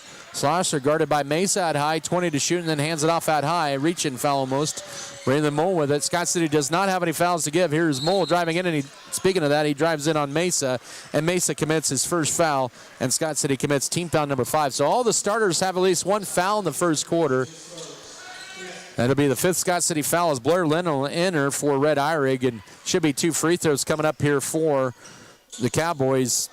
Junior Braylon Mole, who's 1 of 2 at the line this year. Goodland here so far in this first quarter, 2 of 4. They lead it by 2, 14 to 12, with 37.9 to go first quarter. So basically 3 seconds between game clock and shot clock. First free throw for Mole rims around and drops in to make it 15-12. Beavers haven't been able to put back-to-back possessions for points as Jackson Miller enters for Zach Thorson. 37.9 to go first quarter. Goodland 3 of 5 at the line now. They're led by Brumball's 11, and now it's 16-12. Goodland will apply a little pressure in the backcourt. Scott City will bring it across. 30 seconds on the shot clock. Tarango with it, dribbles behind the back, drives in, kicks it left corner to Ruelas. Now up top to Radke. 16-12 is your score, then back to Ruelas. Beavers down by 4 of the ball. They have not led in this ball game, been tied twice. 20 seconds to work first quarter, right side of Tarango. Into Radke just outside the foul line. Into Rumford has good position, posting up. Loses the dribble on it. Loose, and Goodland will force Scott City into the 5th turnover. 8 seconds to go. 7-6 with it, stripped almost, and now out high, here's Lennon with 3. Left side deflected by, and that in your first quarter is a clock as is deflected out by Junior Mesa. I think they're going to add maybe a second onto the clock here. They're pushing the players off the court. They're going to have 1 second on the clock. As Colby Johnson goes to confer, they're actually going to put up 3/10 of a second here, looks like. And now Colby Johnson and also Len Ziegler talking things over whether to add a little bit more time here. So they do add 0.3, so basically it'll be a tip off the inbounds, and that'll end the quarter virtually. Scott City, you do not want to foul here because that would give them pretty much free throw, or some free throws. They'll throw it out of bounds. That'll be Goodland's first turnover, and it comes with 3/10 of a second to go first quarter. Basically, Scott City needs to just tap it in, or just throw it in, and we'll head to the second quarter here. and Mesa will hold it, and that's it for the first period. Been a good 8 minutes of play. Despite 5 turnovers, Scott City very much a part of this game, down 2, 15-13 after 1, back in a minute for the second quarter. This is Scott City Beaver basketball. Scott City Eye Center has been a leading provider of optometry services and vision care products in the Scott City community since 1999. Our experienced eye doctors offer comprehensive vision examinations that our Scott City Optometry Office specializes in the diagnosis and treatment of a wide array of eye diseases, conditions, and problems. We use advanced diagnostic technology, and we are committed to improving the quality of life. Give yourself the gift of clear vision by scheduling an appointment with Dr. Joshua Gooden, OD, today. At Redburn Enterprises, we're bringing you BW Fusion products to help your crops stress less and yield more. Discover the benefits of Amino, Relax RX, Full Sun, and BioBoost, each designed to enhance plant health and maximize yield. Proudly supporting Scott County Athletics, Redburn Enterprises is your partner for a more resilient and productive future. Choose BW Fusion from Redburn Enterprises today.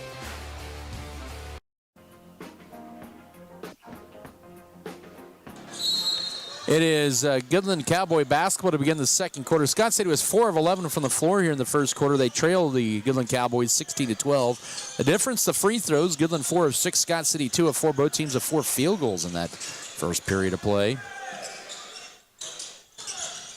Brady Brumbaugh with 11 of Scott City's, or Goodland's 16 points, a 3 from left corner, 0 for Cedarstrom, but Goodland with a backside board, and they'll have another crack at it. That was in the hands of Thorson. The runner is good, and 1 for Brumbaugh. He now has 13 of their 18 points here with 7:37 to go first half.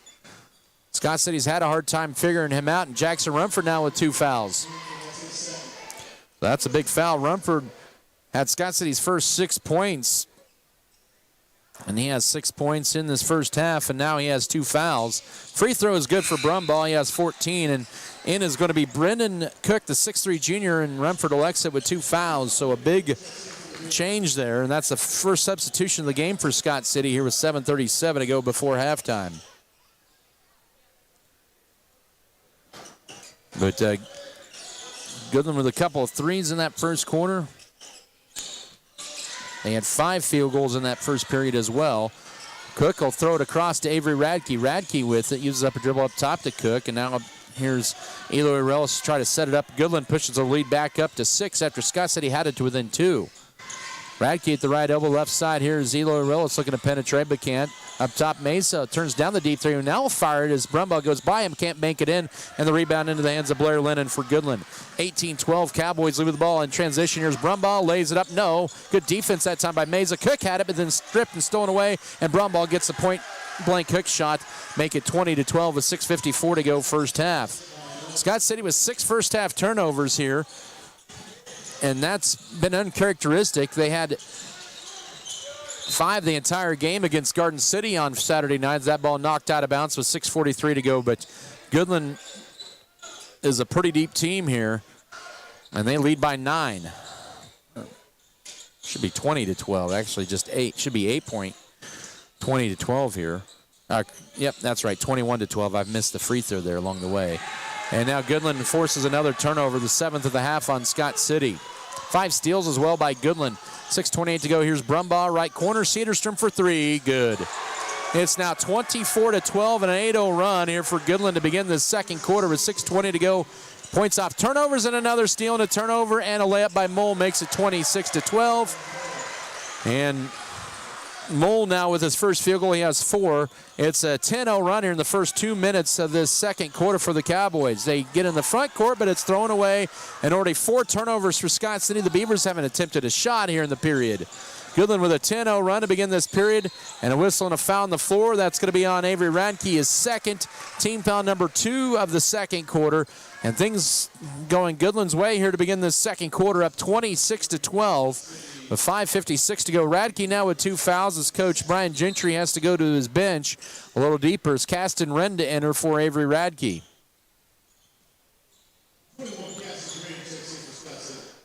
26-12 lob in. Brumbaugh catches, can't get it, but got his own rebound, scores it again. He has Now 18 and a half, 28-12, 5:48 to go first half. Scott City has not attempted a shot. They have 4 turnovers already in the period and soon to be 5 here. And there it is, the steal. Ball deflected but picked up by Goodland. The ball definitely bouncing their way here in the first half, and a whistle and a holding foul. That'll be team foul number 3 on Scott City here in the period. It's been a 12-0 run for Goodland over the first 2.5 minutes of this second quarter, and they lead at 28-12. And now Alex Tarango with 2 fouls, and Coach Brian Gentry has to go even deeper into his bench to bring in Drew Metzger. And he will replace Tarango. So Scott City, this is a worst-case scenario with Avery Radke, Alex Tarango, Jackson Rumford, all with 2 fouls here on the bench. Zach Thorson with it. 3 fouls on Scott City this period, not on the Goodland Cowboys. And good defensive play. Oh, I think they're gonna overturn that. Yep, that's the right call. It was off of Scott City. It'll be Goodland's ball with 26 to shoot. 5:26 to go second quarter. 28-12 Goodland on a 12-0 run, and actually a 14-0 run in this ball game. Metzger almost gets the steal. Brumbaugh picks it up with a wild dribble, but turn around in the paint. Jumper crawls in. Oh, my goodness. He's had a quarter. He now has 20 in the first half, and it's 30-12 with 5:16 to go second period of play. Goodland playing on a completely different level right now. Here's Ruelas looking to drive in. Dishes it right corner to Drew Metzger, up top to Caston Wren. Caston will drive in now to Ruelas in the right corner. Scott City has yet to attempt a shot as their first 5 possessions have come via turnover here in the second quarter. Ruelas has to get it up top, 13 to shoot. He'll drive right side, spin in the paint, pump fake, slips up the tough shot, can't get it to go, and the rebound to Zach Thorson as they just cannot buy anything here in this first half. Goodland on a 14-0 run, and they scored the last 16 points. We have a pushing foul underneath, with 4:40 to go second quarter. It is going to be an offensive foul. That'll be on Red Eyrig. That'll be his first and team foul number 1 of the second quarter. It's been a 16-0 run here in this ballgame. Scott City has not had a basket in over 4.5 minutes. They also have Jackson Rumford, Alex Tarango, and Avery Radke all on the bench right now with 2 fouls. So add insult to injury, and you have a couple of your top leading scorers right now on the bench, and 3 of your leading scorers, I should say, on the bench with 2 fouls. Against the number 2 ranked team in 3, that proves to be disaster. Nice strong move by Mesa, and he gets the shot to go. Mesa with the basket is 5th. Point of the half with 4:14 to go second quarter is 30-14. That'll end that 16-0 Cowboy run after Scott City had it to within 2. But here's Brumbaugh, who's been hot in the second quarter. Misses the 3, but the long rebound to Braylon Mole out high, and Goodland resets. Brumbaugh with 9 in the quarter, 20 in the half to lead all scorers, and he'll take it strong and can't get the runner to go, but got his own rebound, tipped it short. Brendan Cook, who's playing some significant minutes, grabs the board. So the Beavers trail by 16 with the ball. Cook, and that's going to be a carry out high, and Scott City with 11 turnovers already in this first half. So Lincoln Kerr, who has not scored here tonight, he picked up 2 fouls in that first quarter, hasn't played since. But it's been Brumbaugh who has really taken over this ball game.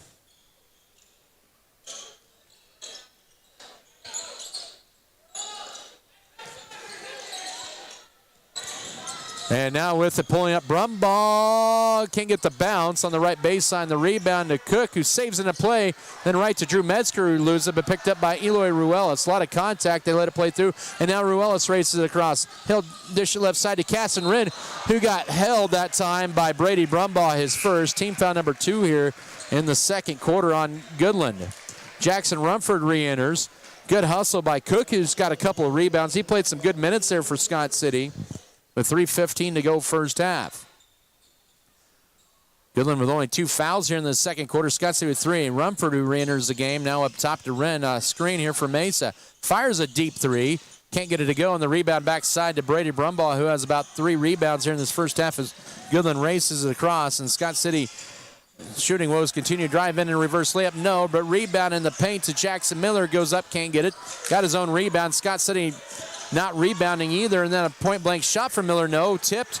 And another offensive board for Goodland, and a 3 is no good. This time it's Ruelas who grabs the board, but man, Scott City gave up 4 opportunities that time and 3 offensive boards. They finally get a rebound, and then they'll throw it away for their 12th turnover. Or nope, they'll say deflected out of bounds. As Ethan Farrow will check in for the first time, the 6'1 sophomore is going to replace Junior Mesa with 2:37 to go. Also back in is Kason Cedarstrom. And I did not see who the other Cowboy was that checked in. I believe it was Zach Thorson. But it's 30-14 for Scott City. Goodland is on about a 3-minute drought. Rumford with it. He'll drive in and he'll draw a hold on Cedarstrom. That'll be his first. Goodland's 3rd team foul of the quarter. But it's been a 14-2 run in this second period by the Goodland Cowboys. Foul trouble coming up to haunt here, and Goodland just owning the glass here in this first half. Rumford with it. Over to Farrow. Farrow right corner. Here's Caston Wren. Turns down a 3. Now he'll launch a 3 over Brumbaugh and hit it. What a nice shot that time by Caston Wren. His second 3 of the year makes it 30-17. 2:14 to go first half. And for the first time tonight, Scott City has back-to-back possessions of points here.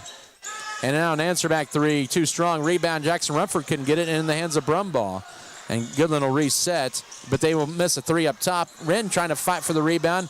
Does, but they'll say it went off the knee of Wren, and a nice save by Thorson. 1:57 to go first half. Goodland will have it with 33 to shoot, up 30-17 on Scott City. The Beavers have scored the last 5 points of the game, and Brumbaugh can't get the bunny to go, but tipped out to Goodland, and Lennon can't get the shot. And Rumford grabs the board finally for Scott City. He has 5 rebounds and 6 points as well as 2 fouls. But Goodland with 9 offensive boards in this first half as well. They lead it by 13, minute 40 to go, second quarter entry. Feed into Rumford, guarded by Brumbaugh. Looking to put it on the floor, drives in. Oh, that's a flop that time by Brumbaugh. And Jackson Rumford picks up his 3rd foul.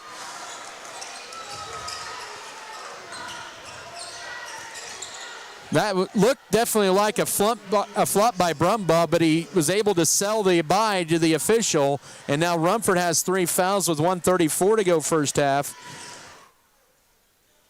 To be honest, that's a tough call against Scott City. 1:30 to go first half, and now Rumford with 6 points and 3 fouls. Goodland with a 13-point lead to the ball, minute 25. But I tell you what, if the officials are going to buy the sell, it's a good move. The 3, no, but rebound Goodland underneath. They missed the shot, and the rebound to Metzger. He'll outlet it to Ruelas, and Scott City owned on the glass here in the first half, but still down 13 in the final minute of this first half, 30-17. Rumford on the bench with 3 fouls. Ruelas up top. Cook is back in there to replace Rumford, and now Metzger loses it, and a push out high on Blair Lennon. That'll be his first, and that'll be Goodland's 4th team foul. Both teams have 4 team fouls in the second quarter. 54.1 to go. I'm not trying to live on the flop there, but that has been kind of a point of emphasis, the flop this year, and it wasn't called there, but it'll be interesting to see it. I have to go back and look at it and see if it was truly a flop or not. But give credit to Brumbaugh for selling it. 50 seconds to go first half. Screen for Ruelas. Beavers are down 13. And Ruelas trying to make it a 10-point deficit. He can't get it. It'll rebound out to Cedarstrom out high. 35 seconds to go first half. Ruelas still scoreless. Goodland on a 14 to make it a 17-5 run as a left wing 3 is knocked down by Thorson. His second 3 of the year, 33-17, 28 seconds to go first half. The shot clock is off, and Ruelas will walk it across. But Goodland is on a 17-5 run in this second period. Farrow pump fakes underneath, bounce pass to Caston Wren, 14 seconds. He'll just bank in a 3 too strong, and the rebound to Blair Lennon. 7 seconds, 6 seconds, 5 out high with it as Brumbaugh has 20 in the half and can't get the 3. Rebound Fro, and that'll be the end of your first half. But a 17-5 run in the second quarter. Scott City with some serious foul trouble trails it by 16 at the break at 33-17. Halftime show to begin in 3 minutes. This is Scott City Beaver basketball.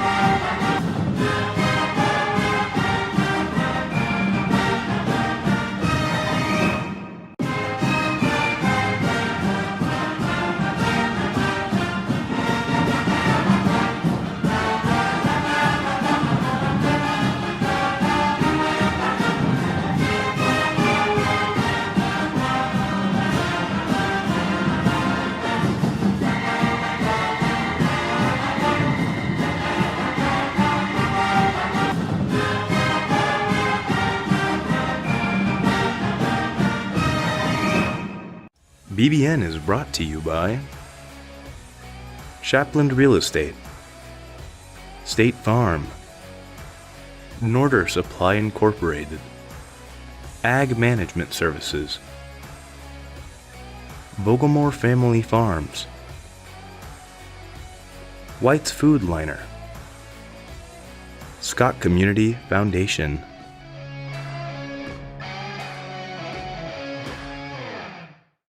BBN is brought to you by Lone Tree Farms, J&R, Nextech Wireless, Pioneer Communications, S&T, Scott County Hospital, Scott Co-op, Security State Bank.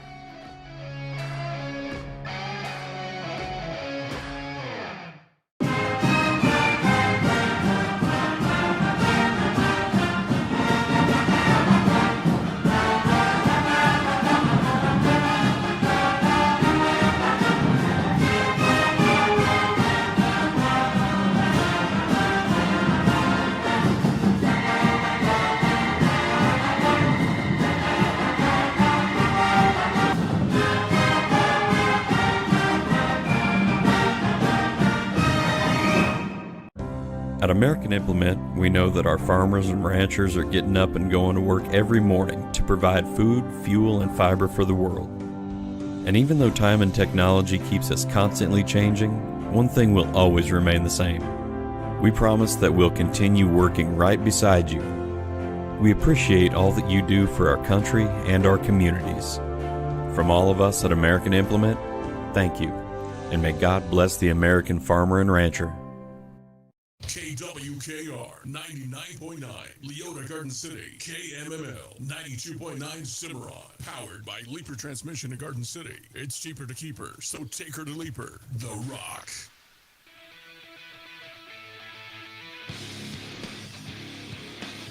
Halftime show presented once again by Precision Ag and Seed. Adam Cadavy with you here from the Scott Community Event Center here on 99.9 The Rock and also Beaver Broadcasting Network. A tough first half for Scott City, but Goodland has never trailed in this game, and they have a 16-point lead at the break here, 33-17. Two ties. That was all in the first quarter at 2 and 5. Scott City hasn't led in this ball game, and Goodland has built up a 13 or 16-point lead here. They outscored Scott City in that second quarter, 17-5. Beavers with some pretty big foul trouble as well. Jackson Rumford picked up a third foul right before halftime, and also Alex Tarango and Avery Radkeach with 2 fouls. Goodland had Lincoln Kier with 2 fouls in that first quarter. He did not play the second quarter, but it was a lot of Brady Brumbaugh, who had 20 first-half points to lead the Goodland Cowboys in that first half. He had 9 in the second quarter, 11 in the first half. And then after that, he had 20 of their 33 points. Braylon Mole added 4. Kason Cedarstrom had a 3-point basket, as did Zach Thorson, another 3 for Blair Lennon on a 3-point, or had 3 points on that first quarter. Goodland had just 2 turnovers, but they had 8 steals and 10, 15, 18 rebounds. They out-rebounded Scott City 18-12 in that first half. Scott City had 12 turnovers, which is well above their season average. No steals for them in the first half. They had 10 fouls. Goodland had a total of 7. The Beavers are led by Jackson Rumford with 6 points. He had all those in the first quarter. He picked up 2 fouls and then 3 fouls in the first half. He had 2 in the second and then 3 late before halftime, and in the final 90 seconds on a kind of a tough offensive foul called against him. Also 5 for Junior Mesa, 3 each for Alex Tarango and Caston Wren, each on a 3 in the first half for Scott City, as the Beavers trail it by 16 here at the break. Let's take another 3-minute break, and we'll come back with the rest of your first half stats and get you set up for the second half of play. Beavers down 16 at the break to Goodland. This is Scott City Beaver basketball. Nothing's better than homemade food. Well, that's what you get at Mom and Pop's Burger Stop in Scott City. What makes Mom and Pop's Burger Stop so good is they serve fresh burgers and slice up the best homemade pies in town. Don't forget they have a full salad bar along with weekly specials. You can check out their Facebook page, Mom and Pop's Burger Stop, for more information on their weekly specials, or call 620-874-9292. Drop in for homemade food at Mom and Pop's Burger Stop, 308 West 5th Street, Scott City. Open Monday through Saturday, 11 to 2 and 5 to 8. Shells Flowers and More in Scott City is ready for Christmas, and the proof is inside. Your full-service florist provides custom floral arrangements and great gift ideas for everyone. Stop in and see what they offer, including jewelry, nativities, Christian items, stocking stuffers, popcorn from the Crafty Kettle, flavored coffees, and so much more. Don't forget to reach out to Shells Flowers and More to order your Christmas floral arrangements and poinsettias. Shells Flowers and More, your go-to for flowers and gifts, on West 5th Street in Scott City, 620-872-5336. Proudly supporting the Scott City Beavers on KSKL Mix 94.5 is Weathers Land and Livestock. They wish the Scott City Beavers the best of luck during the 2024-2025 season. Hard work, dedication, and persistence are the keys to success for a great season in athletics, activities, and even in the classroom. Proudly supporting the Scott City Beavers on Mix 94.5 is Weathers Land and Livestock. Good luck, Scott City Beavers, from Weathers Land and Livestock. You know how they say the most important thing in real estate is location, location, location. Well, location is critical to seed innovation as well. Every year, Pioneer conducts more than 17,000 on-farm trials to make sure the seed you plant has been proven to perform in your location. Pioneer, our name is our mission, and what's next happens here. Contact me, Kevin Davis, with Precision Ag and Seed at 620-874-0478 to learn more. And go Beavers! Is stress making you feel down and not your normal self? It's time to relax, rejuvenate, and enjoy life. And you can feel refreshed with a trip to ElevateU. ElevateU is a medical spa that offers a relaxing and rejuvenating environment with services you can't find locally. They offer several services, including IV therapy, compression therapy, hormone optimization, aesthetics, and weight loss solutions. Elevate yourself and set up an appointment today with ElevateU, located at 105 West 11th Street, Suite A in Scott City. Call 872-7675 or find them online at elevateumumedspa.com. If your furnace is not working, would you hire some random fixer-upper?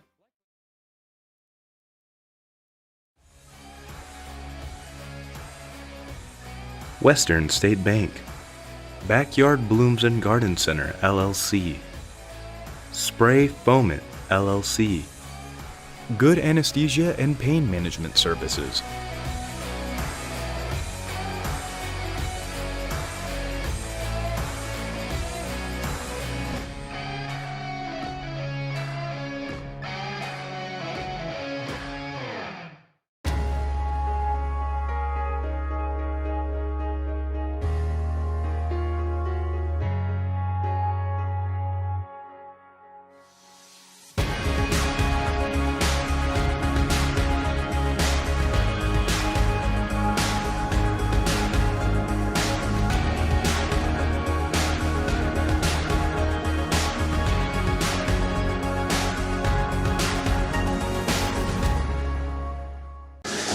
And from the free throw line, Goodland was 5 of 7. Scott City 6 of 16 unofficially, 38% in the half. 3 of 9 on 3 of 7 on 2s, and just 2 of 4 at the line. They did not. And Goodland only attempted 1 free throw in that second half. Scott City did not attempt one. The Beavers will be at Holcomb on Friday night. Holcomb swept Colby here tonight at Holcomb. Let's get those. Actually, Colby girls beat Holcomb, 57-44. So the Holcomb girls lost for the first time this year. Colby's girls are now 5-0, and the Holcomb boys beat Colby 74-59. So they're 5-0 on the year, and Scott City will need a big rally here to try to be 5-0 as they go to Holcomb on Friday night.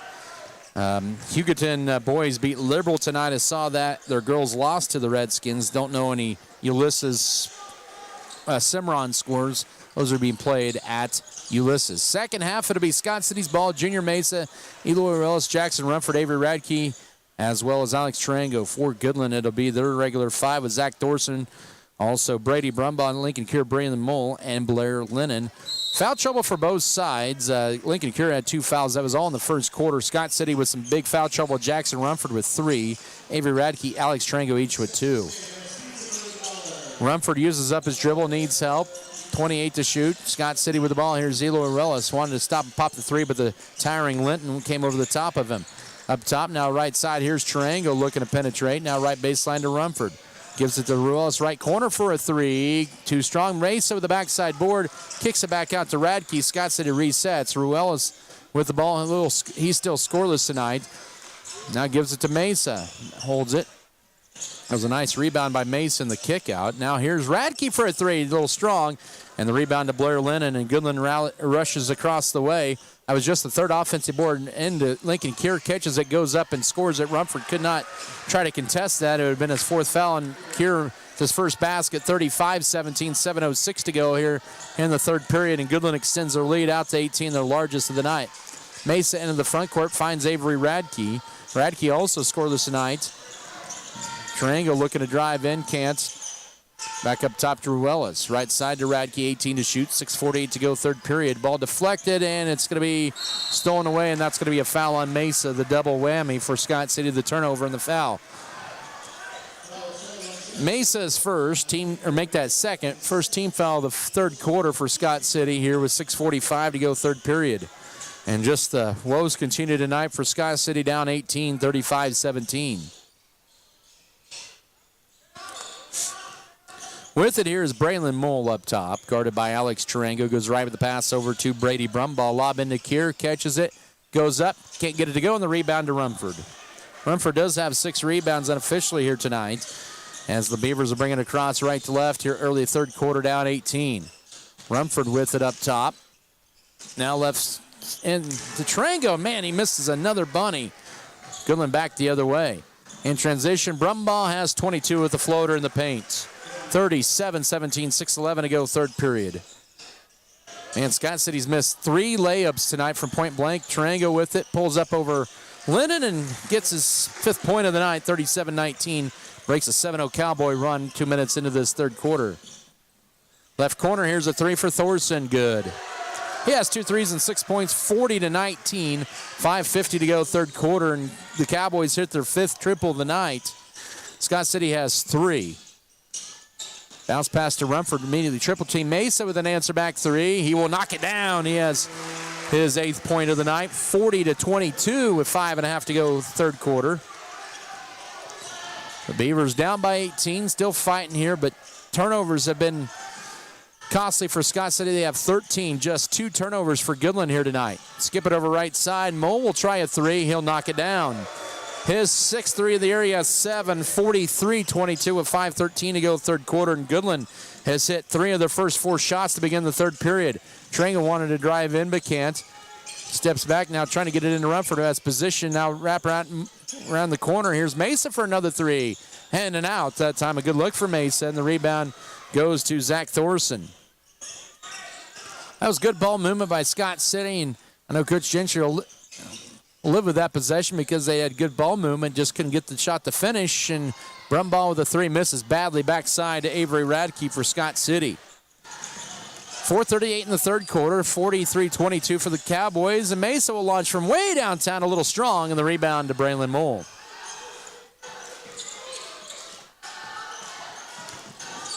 Been a fast-moving third quarter already. Lob in to Kier, triple team, over trying to get around Rumford, but can't. Now has to kick it out to Lennon. He will save the possession, and Coach Mike Dell wants time. It's a 30. We'll keep it right here with 4:17 to go here in the third period. Goodland up 43-22. Basketball presented here by Scott City Ice Center, Scott City Pharmacy, Giftologist, Scott Community Foundation, Scott County Abstract and Title Company, Scott Cooperative Association, Scott County Hospital, Scott County Record, Scott Pro, and Security State Bank. Also, Specialty Risk Insurance Agency, Spencer Pest Control, State Farm Insurance, Stevens Veterinary Services, the Solovie Foundation, Trophy Wine and Spirits, Turner Sheet Metal, Vogelmore Family Farms, Western Kansas Insurance, Western State Bank, Wheatland Electric, White's Food Line, Wilkins Physical Therapy, and Winterland Farms. Goodland burning a 30-second timeout. They have 19 to shoot. 4:17 on the game clock, third period. 43-22 the Cowboys lead. They're on a 10-5 run here in the first 3, almost 4 minutes of this third quarter. Out of the 30-second break, it's Mole with the basketball. Tarango will pick him up across half court. Only 1 foul in this third quarter. That's on Scott City after both teams really committed quite a few fouls in that first half, especially Scott City. Driving in, here's Cedarstrom. Now over to Mole out high. He'll stop and pop a triple, and that one rimming in and out after the shot clock wind down, but Jackson Miller gets the rebound and puts it up over Jackson. Rumford can't get it, and Rumford grabs the board and a whistle and a foul. That'll be on Lincoln Kier. That'll be his 3rd. 3:51 to go here in the third. But the offensive boards have been big for Goodland tonight. They have 11 of them, as in will be Barrett Schlosser for Lincoln Cure. Cure just 3 points and 2 fouls. 3:50 to go here in the third. 21-point Cowboy lead here in Scott City. They're ranked number 2 in 3A and improving their ranking here tonight. Scott City comes in ranked number 9. Ruelas lays it up, and 4 layups tonight that have been missed by Scott City, and Schlosser grabs the board. That's, you take 8 points off that, and now stolen away. It's just the third Cowboy turnover. The first Scott City steal, and the Cowboys will knock it out. As that time, Brumbaugh just kind of lost his footing as he was pivoting underneath. With 3:22 to go third period, Goodland will bring back in Zach Thorson to replace Brady Brumbaugh. Brumbaugh definitely an all-state type of player. He might be one of the best, if not the best right now here in Class 3A. He's playing at a high level. He averages 22 points, and he's right at that average. Ball stripped, and they're trying to lob it in, deflected, picked up by Mesa with 15 to shoot. Gets around the screen, will drive right side, kick into the corner to Radke. Radke floats one up and can't get it to go. Leaves it short over Schlosser and into the hands of Thorson for the board. As we're approaching the 3-minute mark of the third quarter, Scott City hasn't scored in almost 2.5 minutes. They trail the Cowboys 43-22. Scott City's not been on a bigger run than 5 points all night. Goodland had that 16-0 run that really separated themselves from the Beavers. They've also had a 7-0 run in this game. Driving in, here's Mole, layup, good. Spins in, and Mole with 9. He has 5.5, 45-22, and another 5-0 Cowboy run with 2:40 to go third quarter. Rumford with it up top.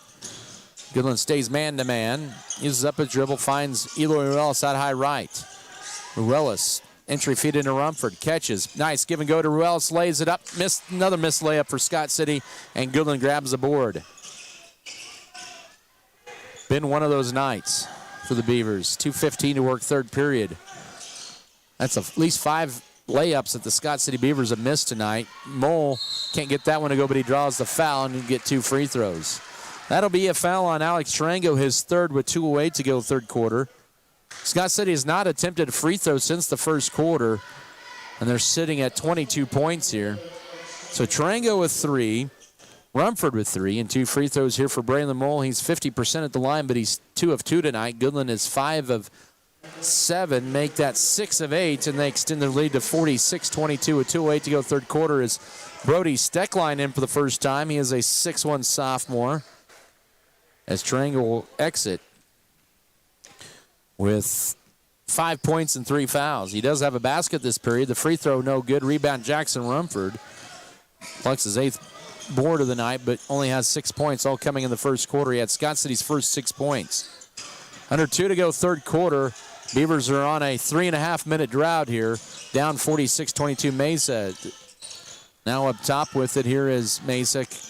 Kicks it left corner. Radke does field it. Now give and go here. Layup short, but a foul. That'll be on Red Iriga's second. Goodland's first foul of the second half, or third quarter, with 1:43 to go in the third period. Should be 2 free throws here for the junior Avery Radke. Averages just under 9 a game. Yet to score here tonight.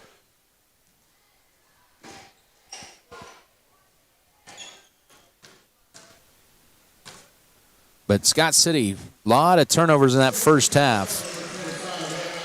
13, make that 12 first half turnovers. They have 13 for the game, 46-23, 1:43 to go. That coupled with some foul trouble and Goodland just dominating the glass here as well. A couple of Cowboys checked in. One of them was Brumbaugh. Radke hits them both. He was 79% coming in that trip to the line. Scott City now 4 of 6.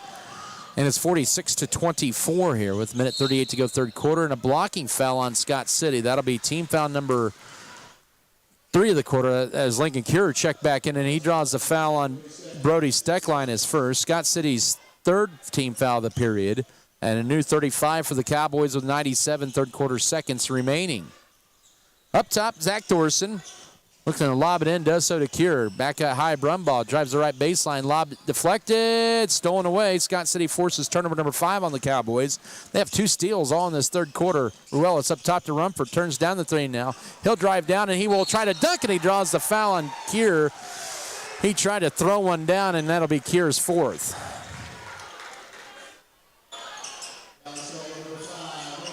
With 1:18 to go, third quarter, Rumford to the line. He is looking for his first point since the opening minutes of the ball game. First free throw for him, it's good. He has 7, 46-25. 1:18 to go, third quarter.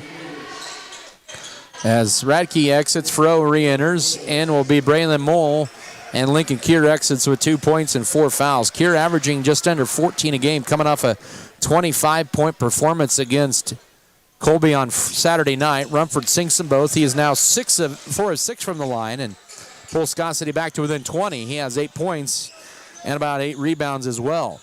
46-26, final 70 seconds of this third stanza. Zach Thorson with it up top.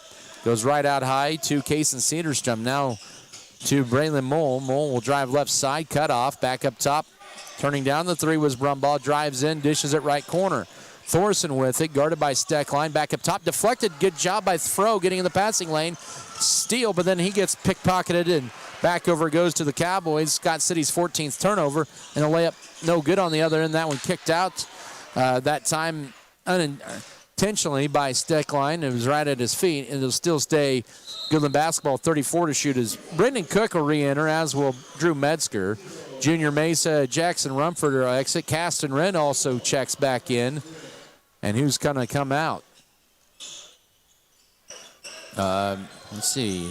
Scott City has 6. It'll be Ruelas who will exit. That'll be the first time he'll exit. So Scott City with their second 5 out right now on the court. And it goes to Brumbaugh. Goes around Cook and rattles that one home. He has 24. 48-26, 35 seconds to go third period. First field goal for Goodland in almost 4 minutes. Metzger with it.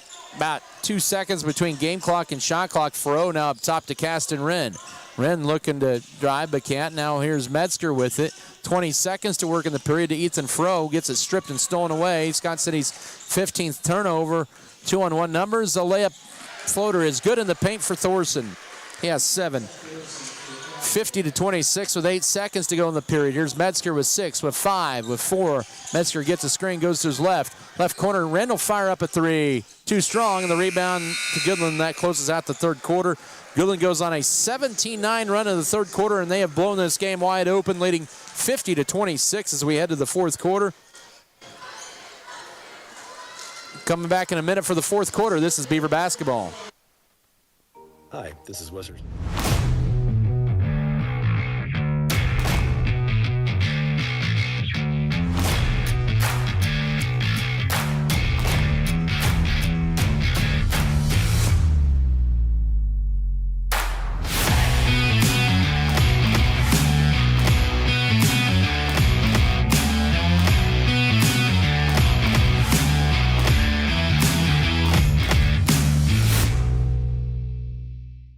Sport. Fro Heating and Cooling of Scott City is a proud sponsor of Beaver activities. Brent and Angie take pride in helping our activities and support our students 100%. They can also help you with any heating and cooling needs that you have. Give Fro Heating and Cooling a call at 620-872-3508 and see if they can help you with your needs today. Property and Casualty Insurance Company. Lot Motors has exciting clearance sale. Bring it back, Ben. It's all right. Fourth quarter set to begin here, and Scott City with a 50-26 deficit. Goodland with the basketball. They're led by Brady Brumbaugh's 24 points. And on cue, he will drain a 3 in the left corner to make it 27, 53-26. So Goodland with the last 7 points of the ball game. 7:40 to go. Scott City led by Jackson Rumford and Junior Mesa, each with 8 points. Here's Rumford on cue. Now we'll get around Kieran. He has a finger roll layup for his 10th point, 56-20 or 53-28. 7.5 to go.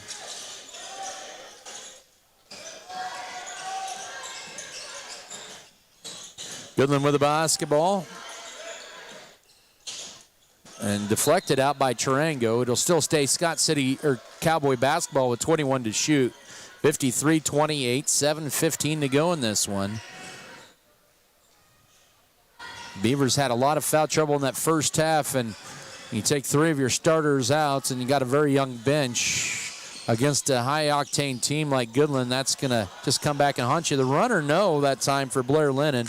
And rebound to Scott City. That was Trango initially got it. Now with it is Ruella's up top to Rumford. First minute of this fourth quarter, Beavers down 25. Up top, here's Junior Mesa with it. Goes left of the pass. Now Ruelas, a weave up top. He'll drive in, try to dish it backside, saves it, but Trango will step back, turns down the three.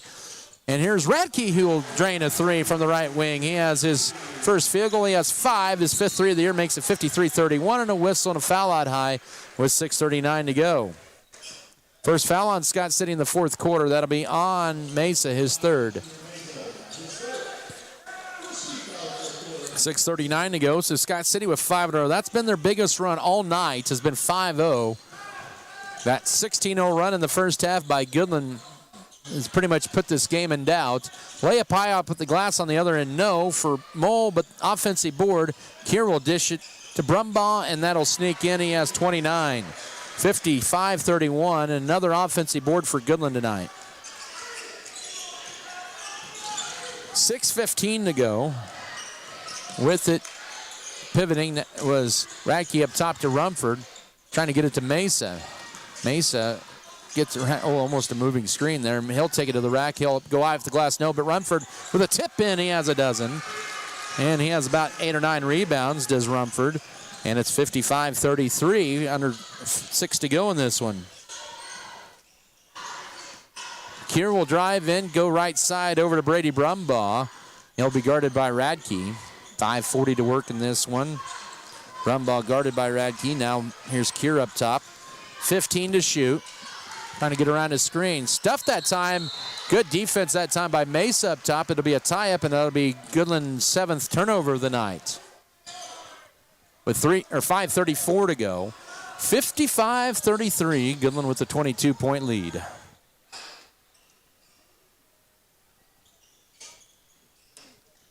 Ruelas to bring it across the 10-second line. The Beavers are going to drop their first game of the year.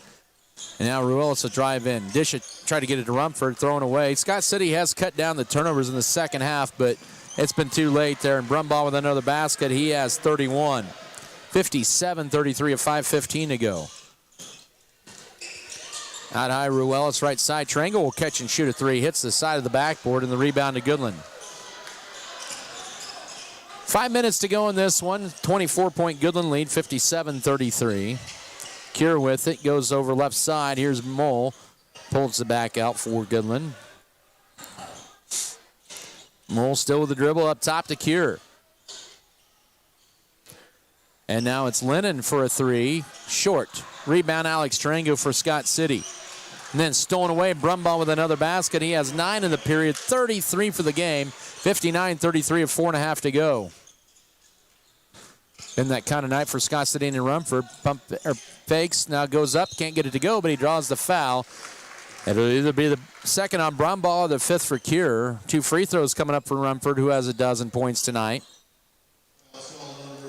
It is on Brady Brumbaugh just a second. First team foul of the fourth quarter of 4:27 remaining. 59-33 for Goodland. Rumford with a dozen. And that one will decide to crawl off. Scott City tonight at the line is 6 of 9. Kaysen Cedarstrom, also Jackson Miller back in for Goodland. Rumford hits 1 out of 2. He has 13, 59-34, 4:27 to go. Rumford going for another double-double. He's 1 rebound away unofficially. Kier will drive in. Brumbaugh will try a deep 3. Misses wide right. Rumford, that might have been his 10th rebound. He'll get the board for Scott City. Ruelas out high to Avery Radke, and a foul out high on Miller, his first. Goodland's 2nd of the fourth quarter with the 4:06 mark. It's one of these games for Scott City they're going to learn a lot from here. And the first key for Scott City, you can't get into foul trouble early. That's when Goodland just kind of ran away from this one. Mesa with it, ball fake. Wanted to shoot it over Brumbaugh, but couldn't. The length of Brumbaugh a factor. Trango will lay it up. Might have been blocked by Lennon, who will end up with the board. In transition, here's Brumbaugh. Missed that one. Rebound. Ruelas will track it down for Scott City. 3:40 to go here in the game.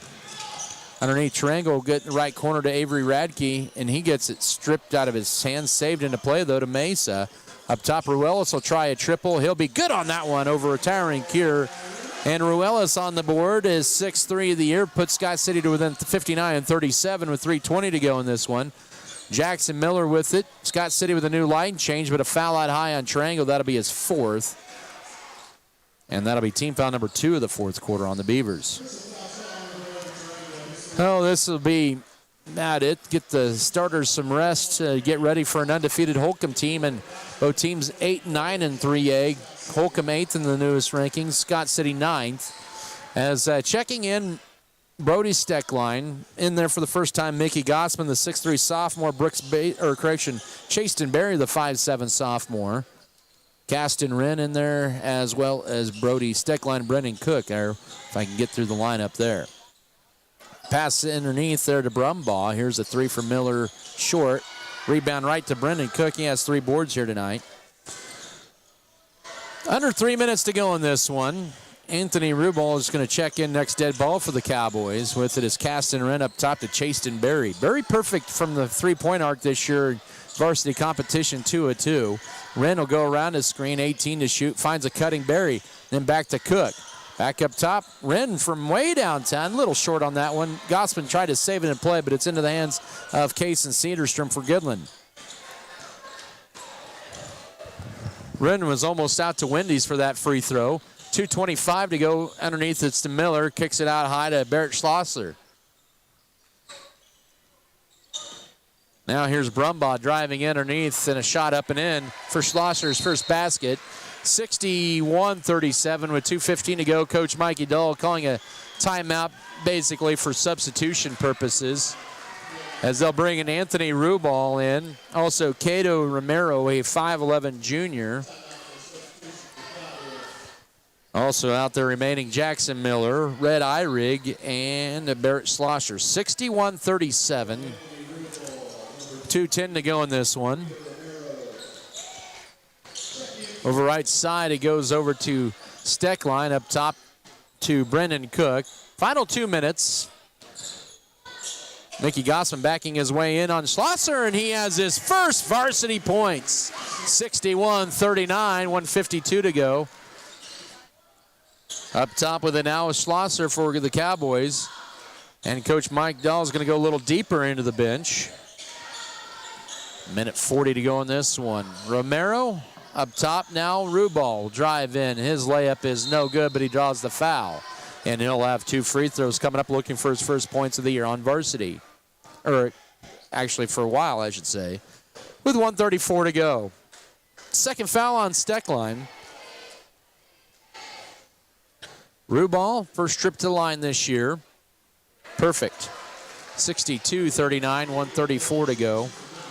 In for the Cowboys, they're bringing Caleb Williams, a 6-foot sophomore. Trent Sheldon, he is a 6'2 junior. And Jesus Saucedo, a 5'8 junior. Rubal misses the second. Rebound, Goodland out. Also Scott City for the offensive board. Rubal with that, and here's a left side 3, airballed, and that'll be last touched by Goodland's Sheldon. It'll belong to Scott City. 62-39, 1:27 to go. On to Holcomb on Friday night for Scott City, and they're going to have to collect themselves here after this tough one. Up top, here's Caston Wren, goes right side. Bullet pass into Brendan Cook, who will kiss it off the glass.